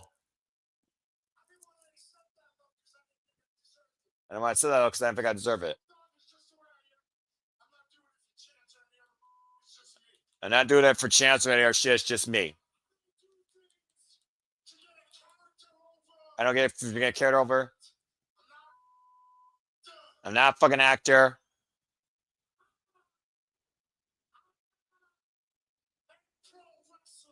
I am pro wrestling. And that's why. You say, let me. Nope. Nah, fuck that. I love you because you guys love wrestling. Respect.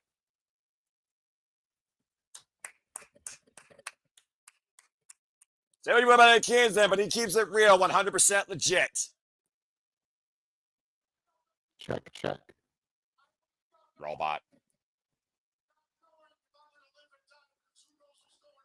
I wake up every day and not know if I'm going to live or die because who knows what's going up here. This is not for you to chant for me. Or go to Twitter. By the way, fuck Twitter. I agree. I don't do that for that. I do that because there's a little kid around here who loves pro wrestling and getting inspired to be in this business. That's why we do it. But then I look at Samoa Joe, someone who I once idolized, someone that one of the greatest championship runs at Ring of Honor, to JJ's point. And now I see what Joe is doing with the arms. And I see he's going to lay Hook down the wrong path. But you know what?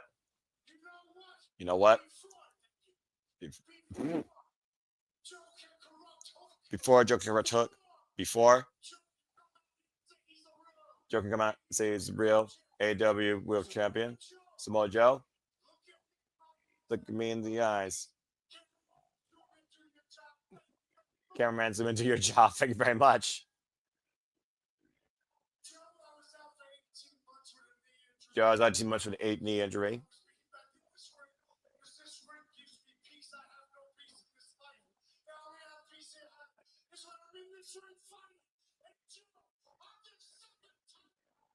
Wow.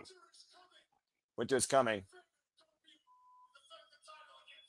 Do me a favor and don't be a motherfucking weekday bitch and defend the title against me. Whoa!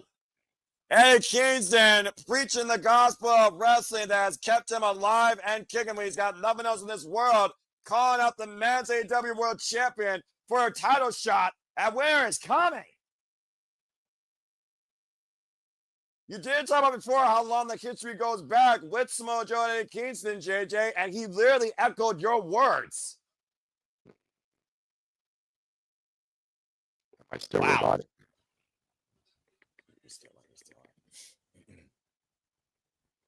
And of course, this Thanksgiving edition of AEW Collision, of course, continues here. Check. But right now, let's hear from the former Ring of Honor Women's Television Champion, Red Velvet. Check. Can you hear me?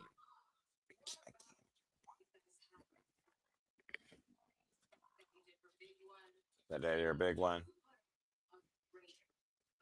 Put up a great fight. 13 belts. 114. I guess. But I guess 13 wasn't so lucky, was it? I've been watching you real close. The only reason that you beat me? It's because you found an opening and you took it. So congratulations. But if I know anything about you, it's that you're a fighting champion. And so was I. Unless I'm a check. I've never seen a Ring of Honor. So final battle. I want my rematch. Red Velvet calling out the brand new Ring of Honor Women's World Television Champion for her rematch at Final Battle. It is official. Mercedes Moné will defend the gold she took from Red Velvet. These two are going to stir it up again at Ring of Honor Final Battle next week Friday from GalaxyCon. And Silicon tonight, our main event as Kenosi Takeshita goes one-on-one with Roderick Strong in the Continental Classic for the Blue League. But coming up next, Thekla gets toxic with Ty Mello. The women fight when we come back to AEW Collision Thanksgiving. Fuck television. God damn. Again, Eddie Kingston damn sure keeps it real. There is no denying that, folks. Again, let's go ahead and see what y'all say real quick. I'm grateful for my family, my friends, professional wrestling and wrestling fans. Respect. Again, Eddie Kingston literally says he eats, sleeps, lives, and breathes professional wrestling. He has nothing else to live for. He wakes every day because he doesn't know what's going on in the head. He lives for this to inspire those young folks that are in that audience to one day proceed to be in the business like he is, and calling out Samoa Joe not being the teacher that Hook needs, setting him down the wrong path, but wants you to prove how real he is, calling him out for a world championship match at Winter is Coming. Dang.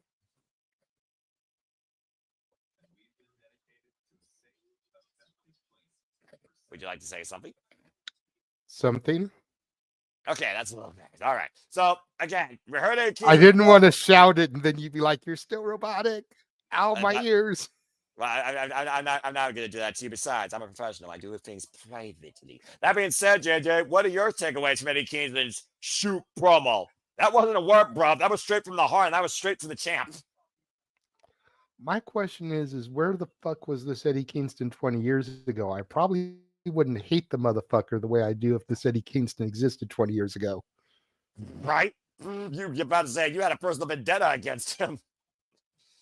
Part of me, look at Charles' comment here. Part of me would want A to win the AEW World Championship, but Joe shouldn't lose the belt at all until MJF returns. Well, speaking of World's End, it was World's End 2023 where Samoa Joe ended MJF's world. And we know the devil is coming. Yeah, I still think history is going to repeat itself, but in reverse. 2 years later. Mm-hmm. We'll find out if you're right soon enough. And of course, Tony Khan has yet to make that match official. But again, folks, it is official. It is part of the Continental Classic. I will send you those graphics, by the way, for this. We are coming. Winter is coming. So stay tuned for that from Atlanta, Georgia. And that will be December 10th as the holiday season moves forward. And speaking of the holiday season, as I talked about earlier, we will be covering, of course, Ring of Honor Final Battle. And it looks like it's been made official. Red Velvet has cashed in her rematch clause to challenge Mercedes Moné back for her Ring of Honor Women's World Television Championship. What are you thinking, bro? Do you think we get a Steen appearance here? Think about it. He debuted at Winter is Coming. That is true. And Winter is Coming is going to be in WCW territory. You're absolutely right. And Darby Allin could be in action that night. But again, those seconds at ringside. But he could be there supporting his boy and maybe supporting him in a backstage interview.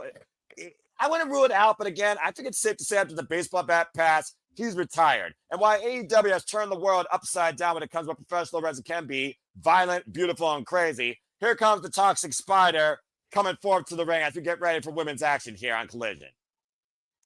Yeah, I mean, he doesn't have to get involved in the match. He can come out after the match is over. You know, let's say Darby loses and gets a post-match beatdown. Steen can come out for the save. You know, just a nice little holiday gift to the fans in Atlanta.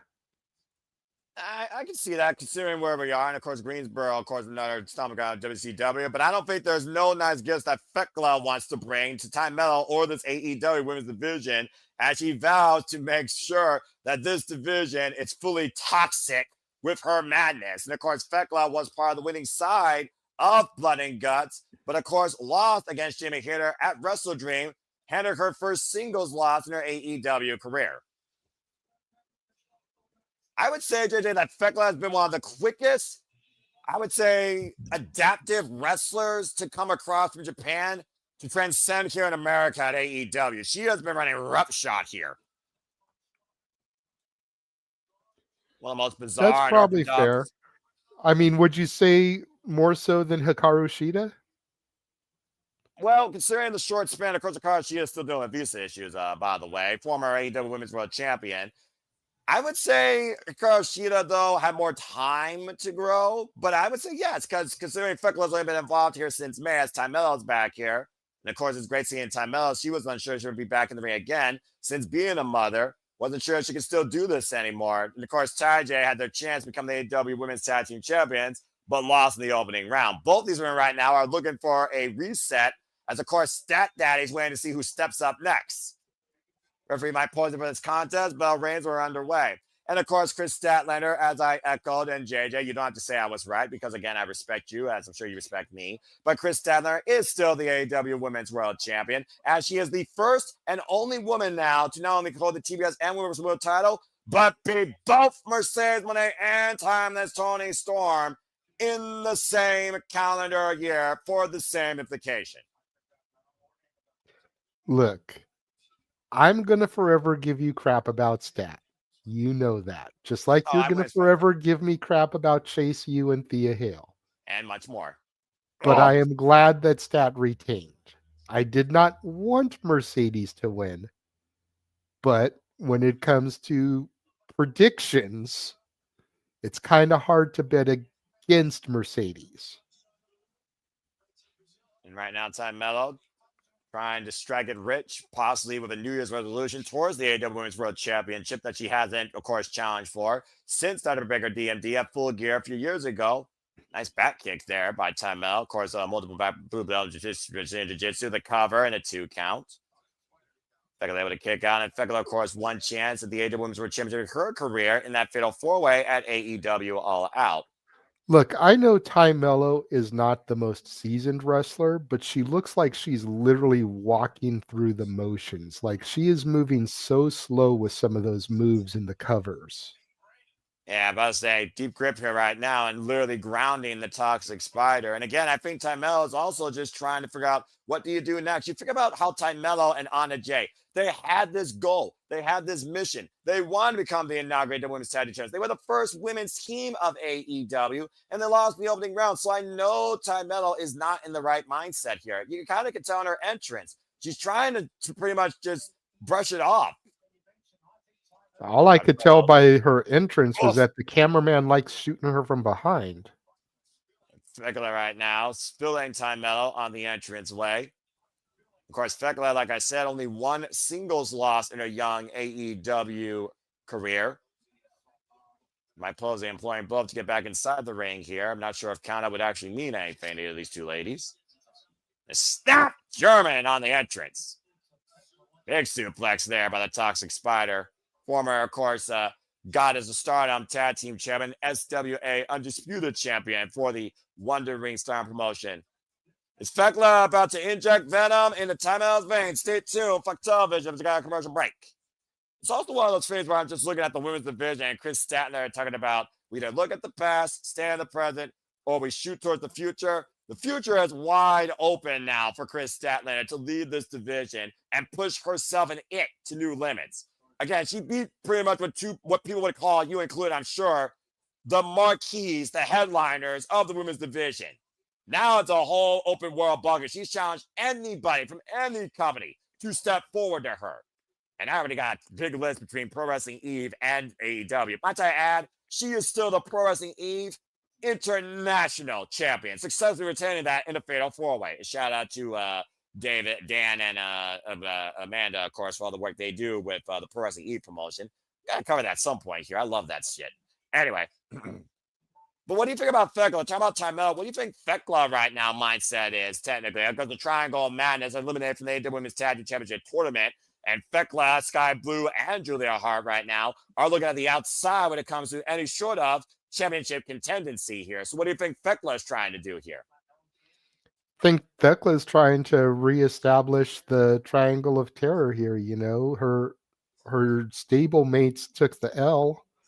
She's got to prove that they're still a dominant force here. That's why they gave her Ty Mello. Yeah, you know, Ty Mello is expendable, unfortunately. Ouch, JJ. Ouch. I'm not trying to be mean, but a victory over Mello honestly does nothing for Thekla except proving that she can still be a dominant force. And what if Mello gets a surprise upset roll-up? If Yes, if.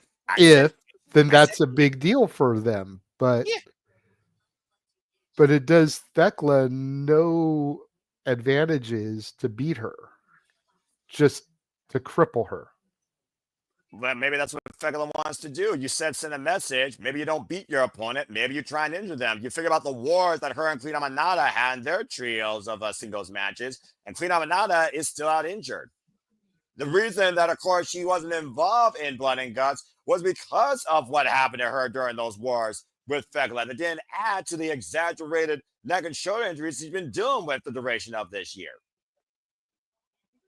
And yes, of course, as we say here at Cinema Studios, fuck television for life.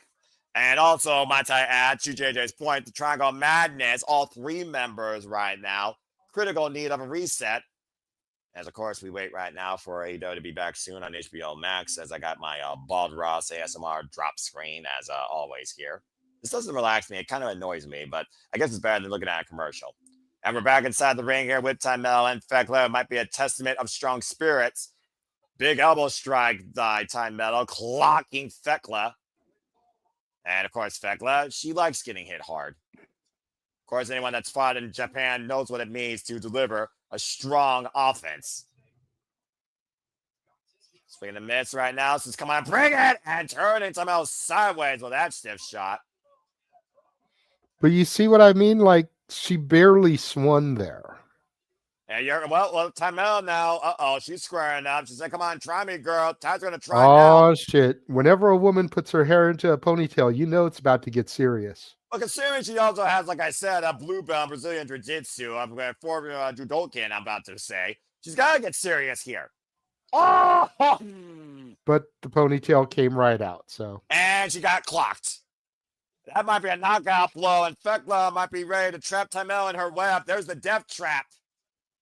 Death trap is cinched in. Mello might literally be unconscious. And I don't think Mello's responding, JJ.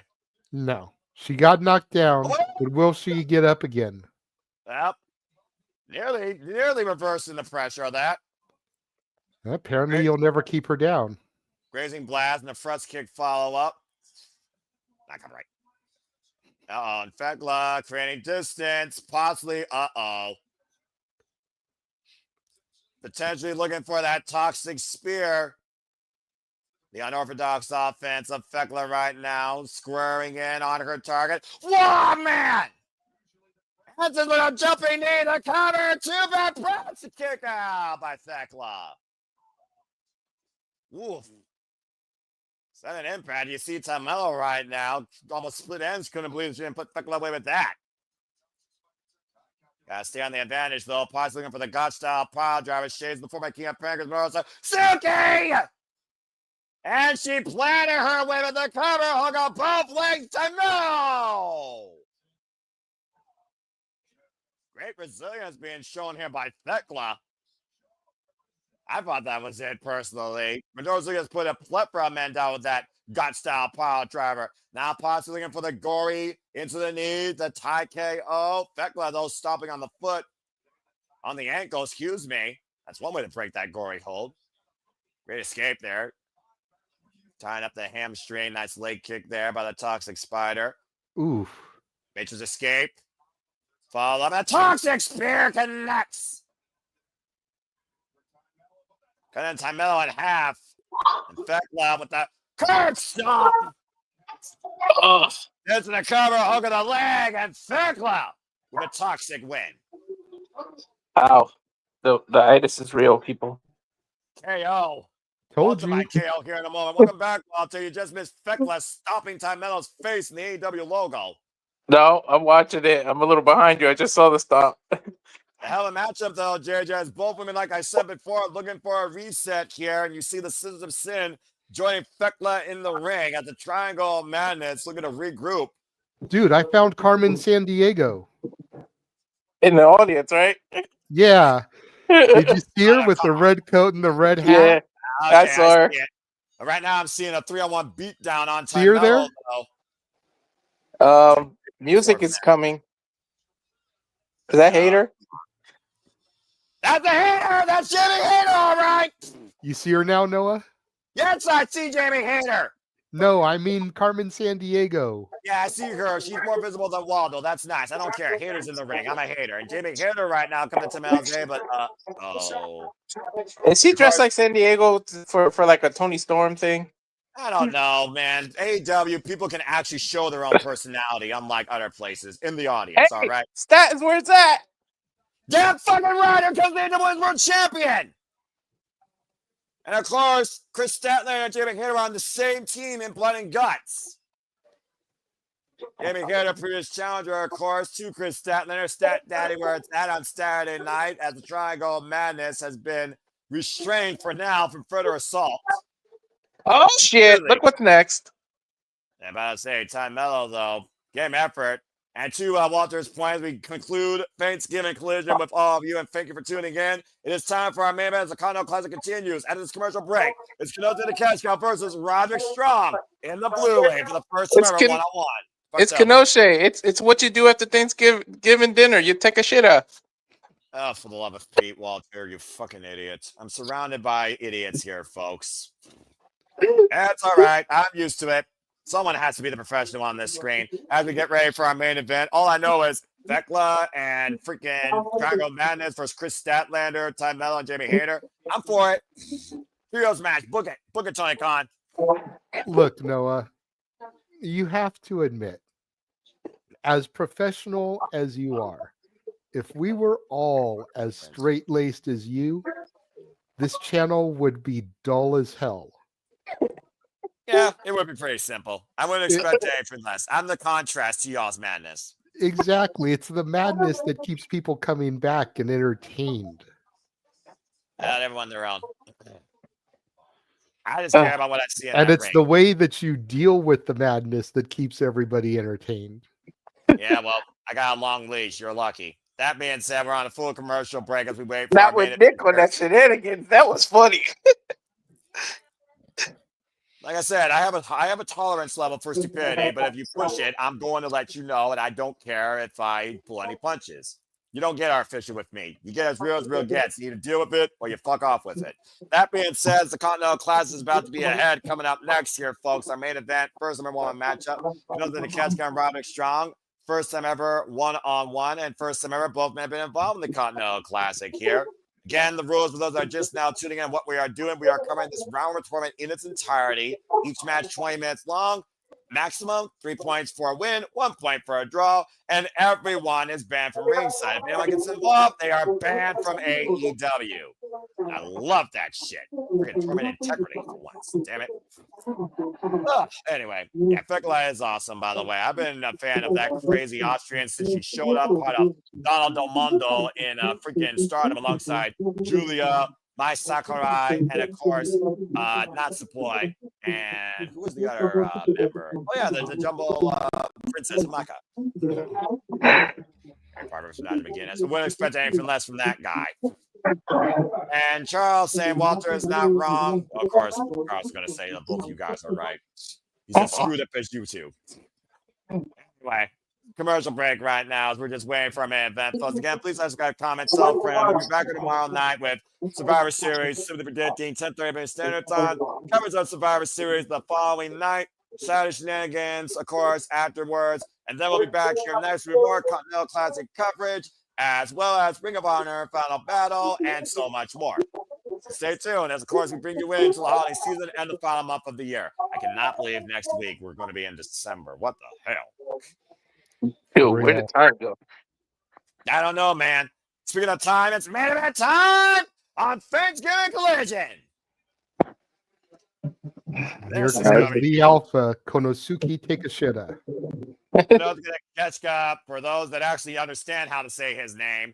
I know how to say his name. I know, but I'm going to give you guys slack as much as I fucking can. Kenote the Catch Cow, current IWGP World Heavyweight Champion, of course. And, of course, already knows how to win a Robert tournament. This year's winner of the G1 Climax. I want I want the remote from Click and fast forward to the finals because I know what it's gonna be, and I want it. Damn it! I really hope you're wrong, just so I can make you both eat crow to show you that it's not that damn predictable. But that being said, Gnoza the Cat gets trying to do what Okada couldn't do in the other league, win 3 points, and go up there to be tied with John Moxley and Claudio Castagnoli. Look, if Takeshita wins, he'd be the first person to win the G1 and the C2 in the same year. That would be correct. You'd make history. That's all the more reason why I think Tony will make that the final. Yeah, but the last time you went with a historical stat, it bit you in the ass. But we'll see. Let's wait for the Messiah of the Backbreaker, Roderick Strong. Wow, that's a straight time. Roderick Strong ain't no slouch either. Well, I'm about to say, the Messiah of the Backbreaker, and former, of course, multiple-time tag team champion in Ring of Honor, and, of course, NXT, and I believe a former Ring of Honor world champion and former AEW international champion. Those are the Titantron, by the way, guys. That's not Paragon. That's just straight-up Roderick Strong. He's in this for himself. Of course, Don Kaz is on commentary, but Don Kaz knows he cannot get involved in this, or he risks getting banned from All Elite Wrestling. Although, would that be a bad thing? I'm just saying. That wouldn't be a bad thing for us. Actually, it would be. It would be a bad thing because there's a lot of people under the Don Callis umbrella that cannot cut promos. You're and right. Don Callis serves that as a manager. Yeah, one of the things a manager is supposed to do is get their talent over. He's got something important to say, JJ, apparently. Those game Roderick Strong tied up in the ropes right now. Let's see if we get a clean break here. So Don Callis and his dysfunctional family, because it's about to go upside on him. Well, I'm about to say, his two greatest agents, his greatest assets, his greatest, most accomplished members might come to blows and both might leave him. He might be forced to make a choice. Then again, not the first time he literally screwdrivered somebody in the head. Kenosuke right now with the Greco-Roman knuckle hold, driving Roderick Strong down to the canvas. Roderick Strong, former Ring of Honor World Television Champion 2 times over, former Ring of Honor World Champion, and former, of course, as I said, my God, that was a nice trip to the switch to the submission. That was nice. NXT North American Champion. You can talk about again, Walter, your craft, traditional wrestling. You love that shit. And you're definitely going to see that Roderick Strong, where he might have to work over more than just the back of the alpha here. Well, it's been told to me through very reliable sources that Roderick Strong trained for 3 weeks at Miyagi's dojo, so he knows how to sweep the leg. Roderick Strong right now, of course, first time ever involved in the Continental Classic here, and a first time ever one-on-one matchup with Konosuke Takeshita, despite how many times these men have shared the ring in trios matches and the Casino Gauntlet matches. Roderick Strong bringing Konosuke down with the side headlock. Takeshita, though, might have the leverage advantage here. Tell the tip, Takeshita might have more of a strength advantage over the Messiah of the Backbreaker. Yeah, you keep Takeshita grounded. He can't do that strong style offense, though. So this is smart by Strong. And waist lock applied here. Of course, Takeshita did beat Zack Sabre Jr. to win the IWGP World Heavyweight Championship, though, at King of Pro Wrestling. Domino stretch attempt here and tossed off. Don't remind Ashley. I was going to say, I know that was a sad day for our Canadian friend, Ash. Well, look, Ashley is, she's a strong spirit. She'll be fine. And right now, Zack Sabre Jr. is working with Lehigh Oiwa during the World Tag League, so there's still a chance that the bloody frontman might be part of Wrestle Kingdom 20. And right now, both men tied up in the ropes. Referee Stephon Smith trying to force a clean break here. And of course, Konosuke Takeshita, he wants to make Okada eat crow that he won in his first match. What? Takeshita went flying with that damn clothesline. And now Konosuke falling in with the forearm smash here. And people consider the one about Collision versus Dynamite. It's the Continental Classic. The fifth round of tournament takes place across both shows. And the Konosuke Takeshita is in the main event, while Okada was in the opener. It's not where you wrestle, it's the quality you show when you're in there. That's what matters. Exactly, especially in these round-robin tournament situations. I just want a great match. I don't give a damn what the banner on the outside of the ring says. I can give a fuck where you are and where you are on the card and what the banner says. Just give me a great competitive contest when it's supposed to imply that. And the Continental Classic implies that in spades. Roderick Strong right now with the knife-edge chop. Both these men, first time ever involved in this tournament. Third annual Continental Classic. First one won by Eddie Kingston. And of course, last year won by Kazuchika Okada. He tried to do an abdominal stretch, but Takeshita fell. Well, maybe that works to Roderick Strong's advantage here because he might have more leverage considering he's down towards his level as he just got back elbowed. Okay, favoring the small of his back. And speaking of next week, Continental Classic action, Kazuchika Okada will take on the Bastet Pac, a rematch from Dynasty earlier this year when they fought over the AEW Continental Championship. Ooh, the outside is not safe for Takeshita. I'm about to say, nothing out there is safe for wrestling the outside. And Claudio Castagnoli will go one-on-one with Jon Moxley. And Roderick Strong hoisting up Konosuke for that bat drop suplex to the bat breaker on the barricade. And Konosuke reversing though with a blue thunderbomb on the barricade. Dude, his neck. Damn. Bro, his neck hit that. And of Hardy. That's a commercial spot. And of Roderick Strong's chance in this match. We got a commercial break. Fuck television. Good grief. See, so he's not even going to win the match with the Blue Thunderbomb here. Well, at least the Blue Thunderbomb was used for actual defense and offense here, JJ. That was nasty. Again, Dude, that was nasty. That was his neck and his back of his head. That was, ugh. Gotta say, that was nasty right there. And again, Roderick Strong, you gotta imagine if Kyle O'Reilly wasn't injured, I almost wonder if Kyle O'Reilly would be put in this spot because Kyle O'Reilly wanted to be involved in this year's Continental Classic tournament. And that probably Roderick Strong even more, despite the fact is. And we gotta consider also Roderick Strong's in the same block as Jon Moxley. I'm just saying. And of course, we got a full commercial break here. Again, here is our field. We know again. Those are the catch Roderick Strong debut, Orange Cassidy, Mascara debut. Crockett's been in every Continental Classic. Jon Moxley's in his second. My Darby Allin, of course, is in his second. Feel My Belly and Kevin Knight are in there first, along with Pac, which is his first. Kazuchika Okada and Kyle Fletcher are also in their second. The thing about round robin tournaments that I also love, they're a test of endurance because you gotta continually compete to move forward. You gotta continually keep your foot on the gas. You gotta keep racking out wins. But you also gotta avoid being injured. And while it's not like a month-long tournament, it's still pretty darn long here. Well, anyway, again, that's Walter right now doing with the itis, and JJ is chilling from his Christmas abode. Everyone's had a great Thanksgiving as you all wrap up along with us. And if you're critical about AEW, you're more than happy to be that. But again, give it a chance and just try and enjoy life and enjoy wrestling. You'll live better.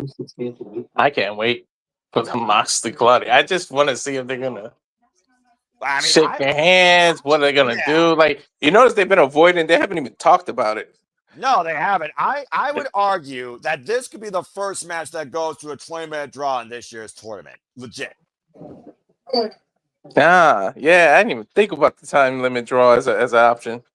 It did happen. Jon Moxley's first run, he got 14-0-1 due to a draw in one of his matches.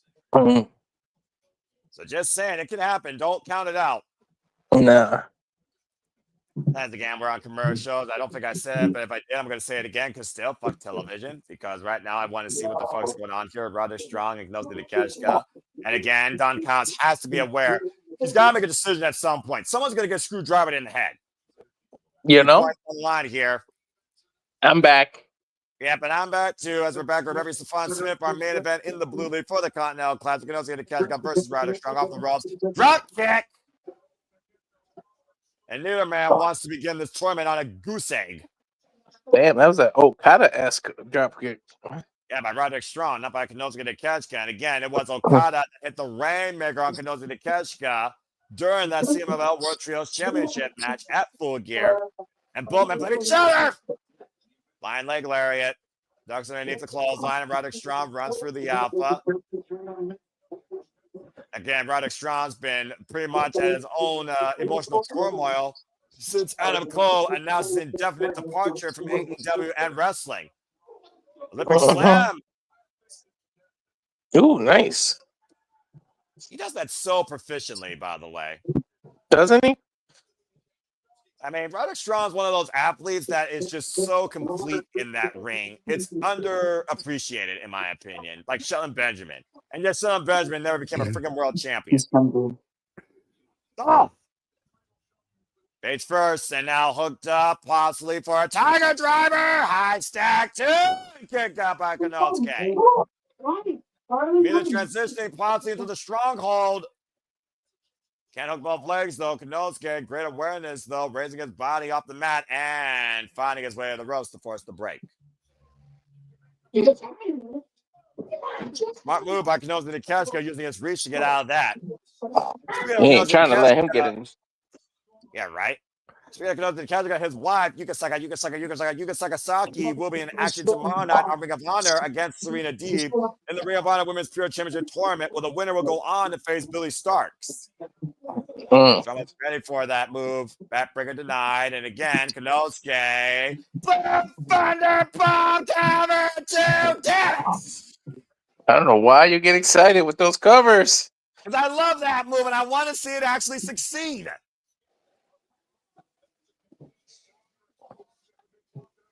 AEW transferring out here in Nashville, Tennessee.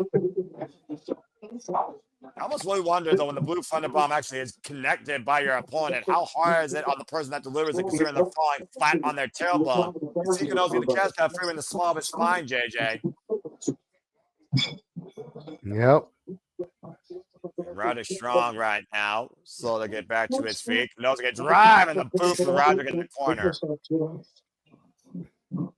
That range of the former champion, 5-time KOD Pro. What is he doing? A front suplex, superplex?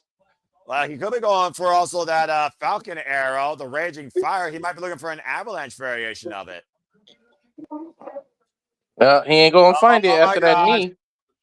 Or a brainbuster. That knee to the top of the head, though. Semi Roderick Strong for certain disaster. And a Kamiguri catching Konosuke Takeshita on the shoulder. Right now, Takeshita staggered for the moment, perched on the top rope, and Roderick Strong. Is he going for an avalanche sidewalk slam? No, remember what he did at Orange Cassidy at Revolution last year? That Chicago skyline backbreaker on the turnbuckles? Yeah. Oh, God! And gets it, but I don't think he got all of it. Konosuke caught more of the ropes. So messy landing on those steel cables. Shoots the half, now the cover, lateral press, and 2 count. Ooh, kicked out. Take a look at the replay here, guys. Definitely a backbreaker source, but notice the back only connected with the rope. Of course, that awkward landing, though. He used the ropes. Yeah, exactly. It was more like his upper and lower back hit the ropes versus the entirety of his back hitting the turnbuckle. I almost wonder if that softened the impact of that move. Probably a little bit. Roderick Strong right now might be looking for a brainbuster of his own. And again, Konosuke the counter, hoisting up Roderick Strong. Both men right now in a stronghold, jogging for position.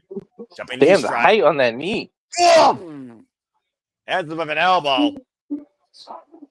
Big boot, though, by Roderick Strong connects. Izaguri staggers the alpha. Now hoists it up on the shoulders. He's going to go for that cut buster, isn't he? Counting, Walter. Not going to win out. Konosuke the catch count. Once again, up in the Argentine backbreaker position. Strong by name, strong by nature. Into a vicious backbreaker over the knees. How the hell is Takeshita getting up? And sick kick denied. Okana roll by Konosuke. Roll through wheelbarrow. German suplex from a bridge. High angle Tendo. Dude, I love when Takeshita hits that wheelbarrow Germans. Perfect execution. Incredible core strength despite the damage done to his back and the wind knocked out of him. Again, a man that wrote a thesis on it and trained by Jun Akiyama in the art of it. That's good right now. Scouting Roderick Strong possibly for that power drive knee. And that's about as close as you can come to a 3 without getting it either. Well, he got the power drive knee and he might be looking to hit the Raging Fire. Stop the fire, Roderick Strong. Here it comes. Raging Fire. Cover 2. The alpha on the board with 3 points. That's gotta hurt. Takeshi got 3 points and Okada didn't. Statement made by the current IWGP World Heavyweight Champion. I know that hurt. Well, again, you still might be on that road to that dream match. There you see the leaderboards. John Moxley, Kazunori, Kenosis, and Takeshita start their first match with 3 points. Roderick Strong, Mascara Dorado, and Cassidy start with 0. Mm-hmm.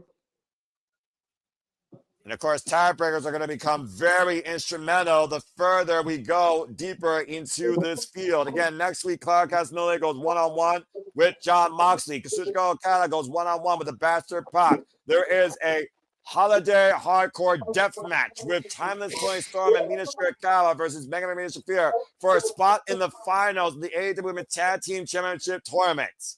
And more to come from Fishers, Indiana, as the Continental Classic continues. Remember, we said when we did predictions that whoever won the ability to pick the stipulation was probably going to lose the match. And you still might be right on that point, but for right now, I'm just going to say happy wrestling and happy Thanksgiving, everybody. For Walter Cruz, for the Ranking Wrestling, J.J. Williams, I'm Noah Foster. We'll see you tomorrow night for Sidney Dipping Survivor Series. And again, make a positive impact in life and have a good night. And grateful for y'all tuning in. And God bless everybody that enjoys professional wrestling. And to those that celebrate like us, once more, happy Thanksgiving. Walter, cut the fucking feed. Ugh.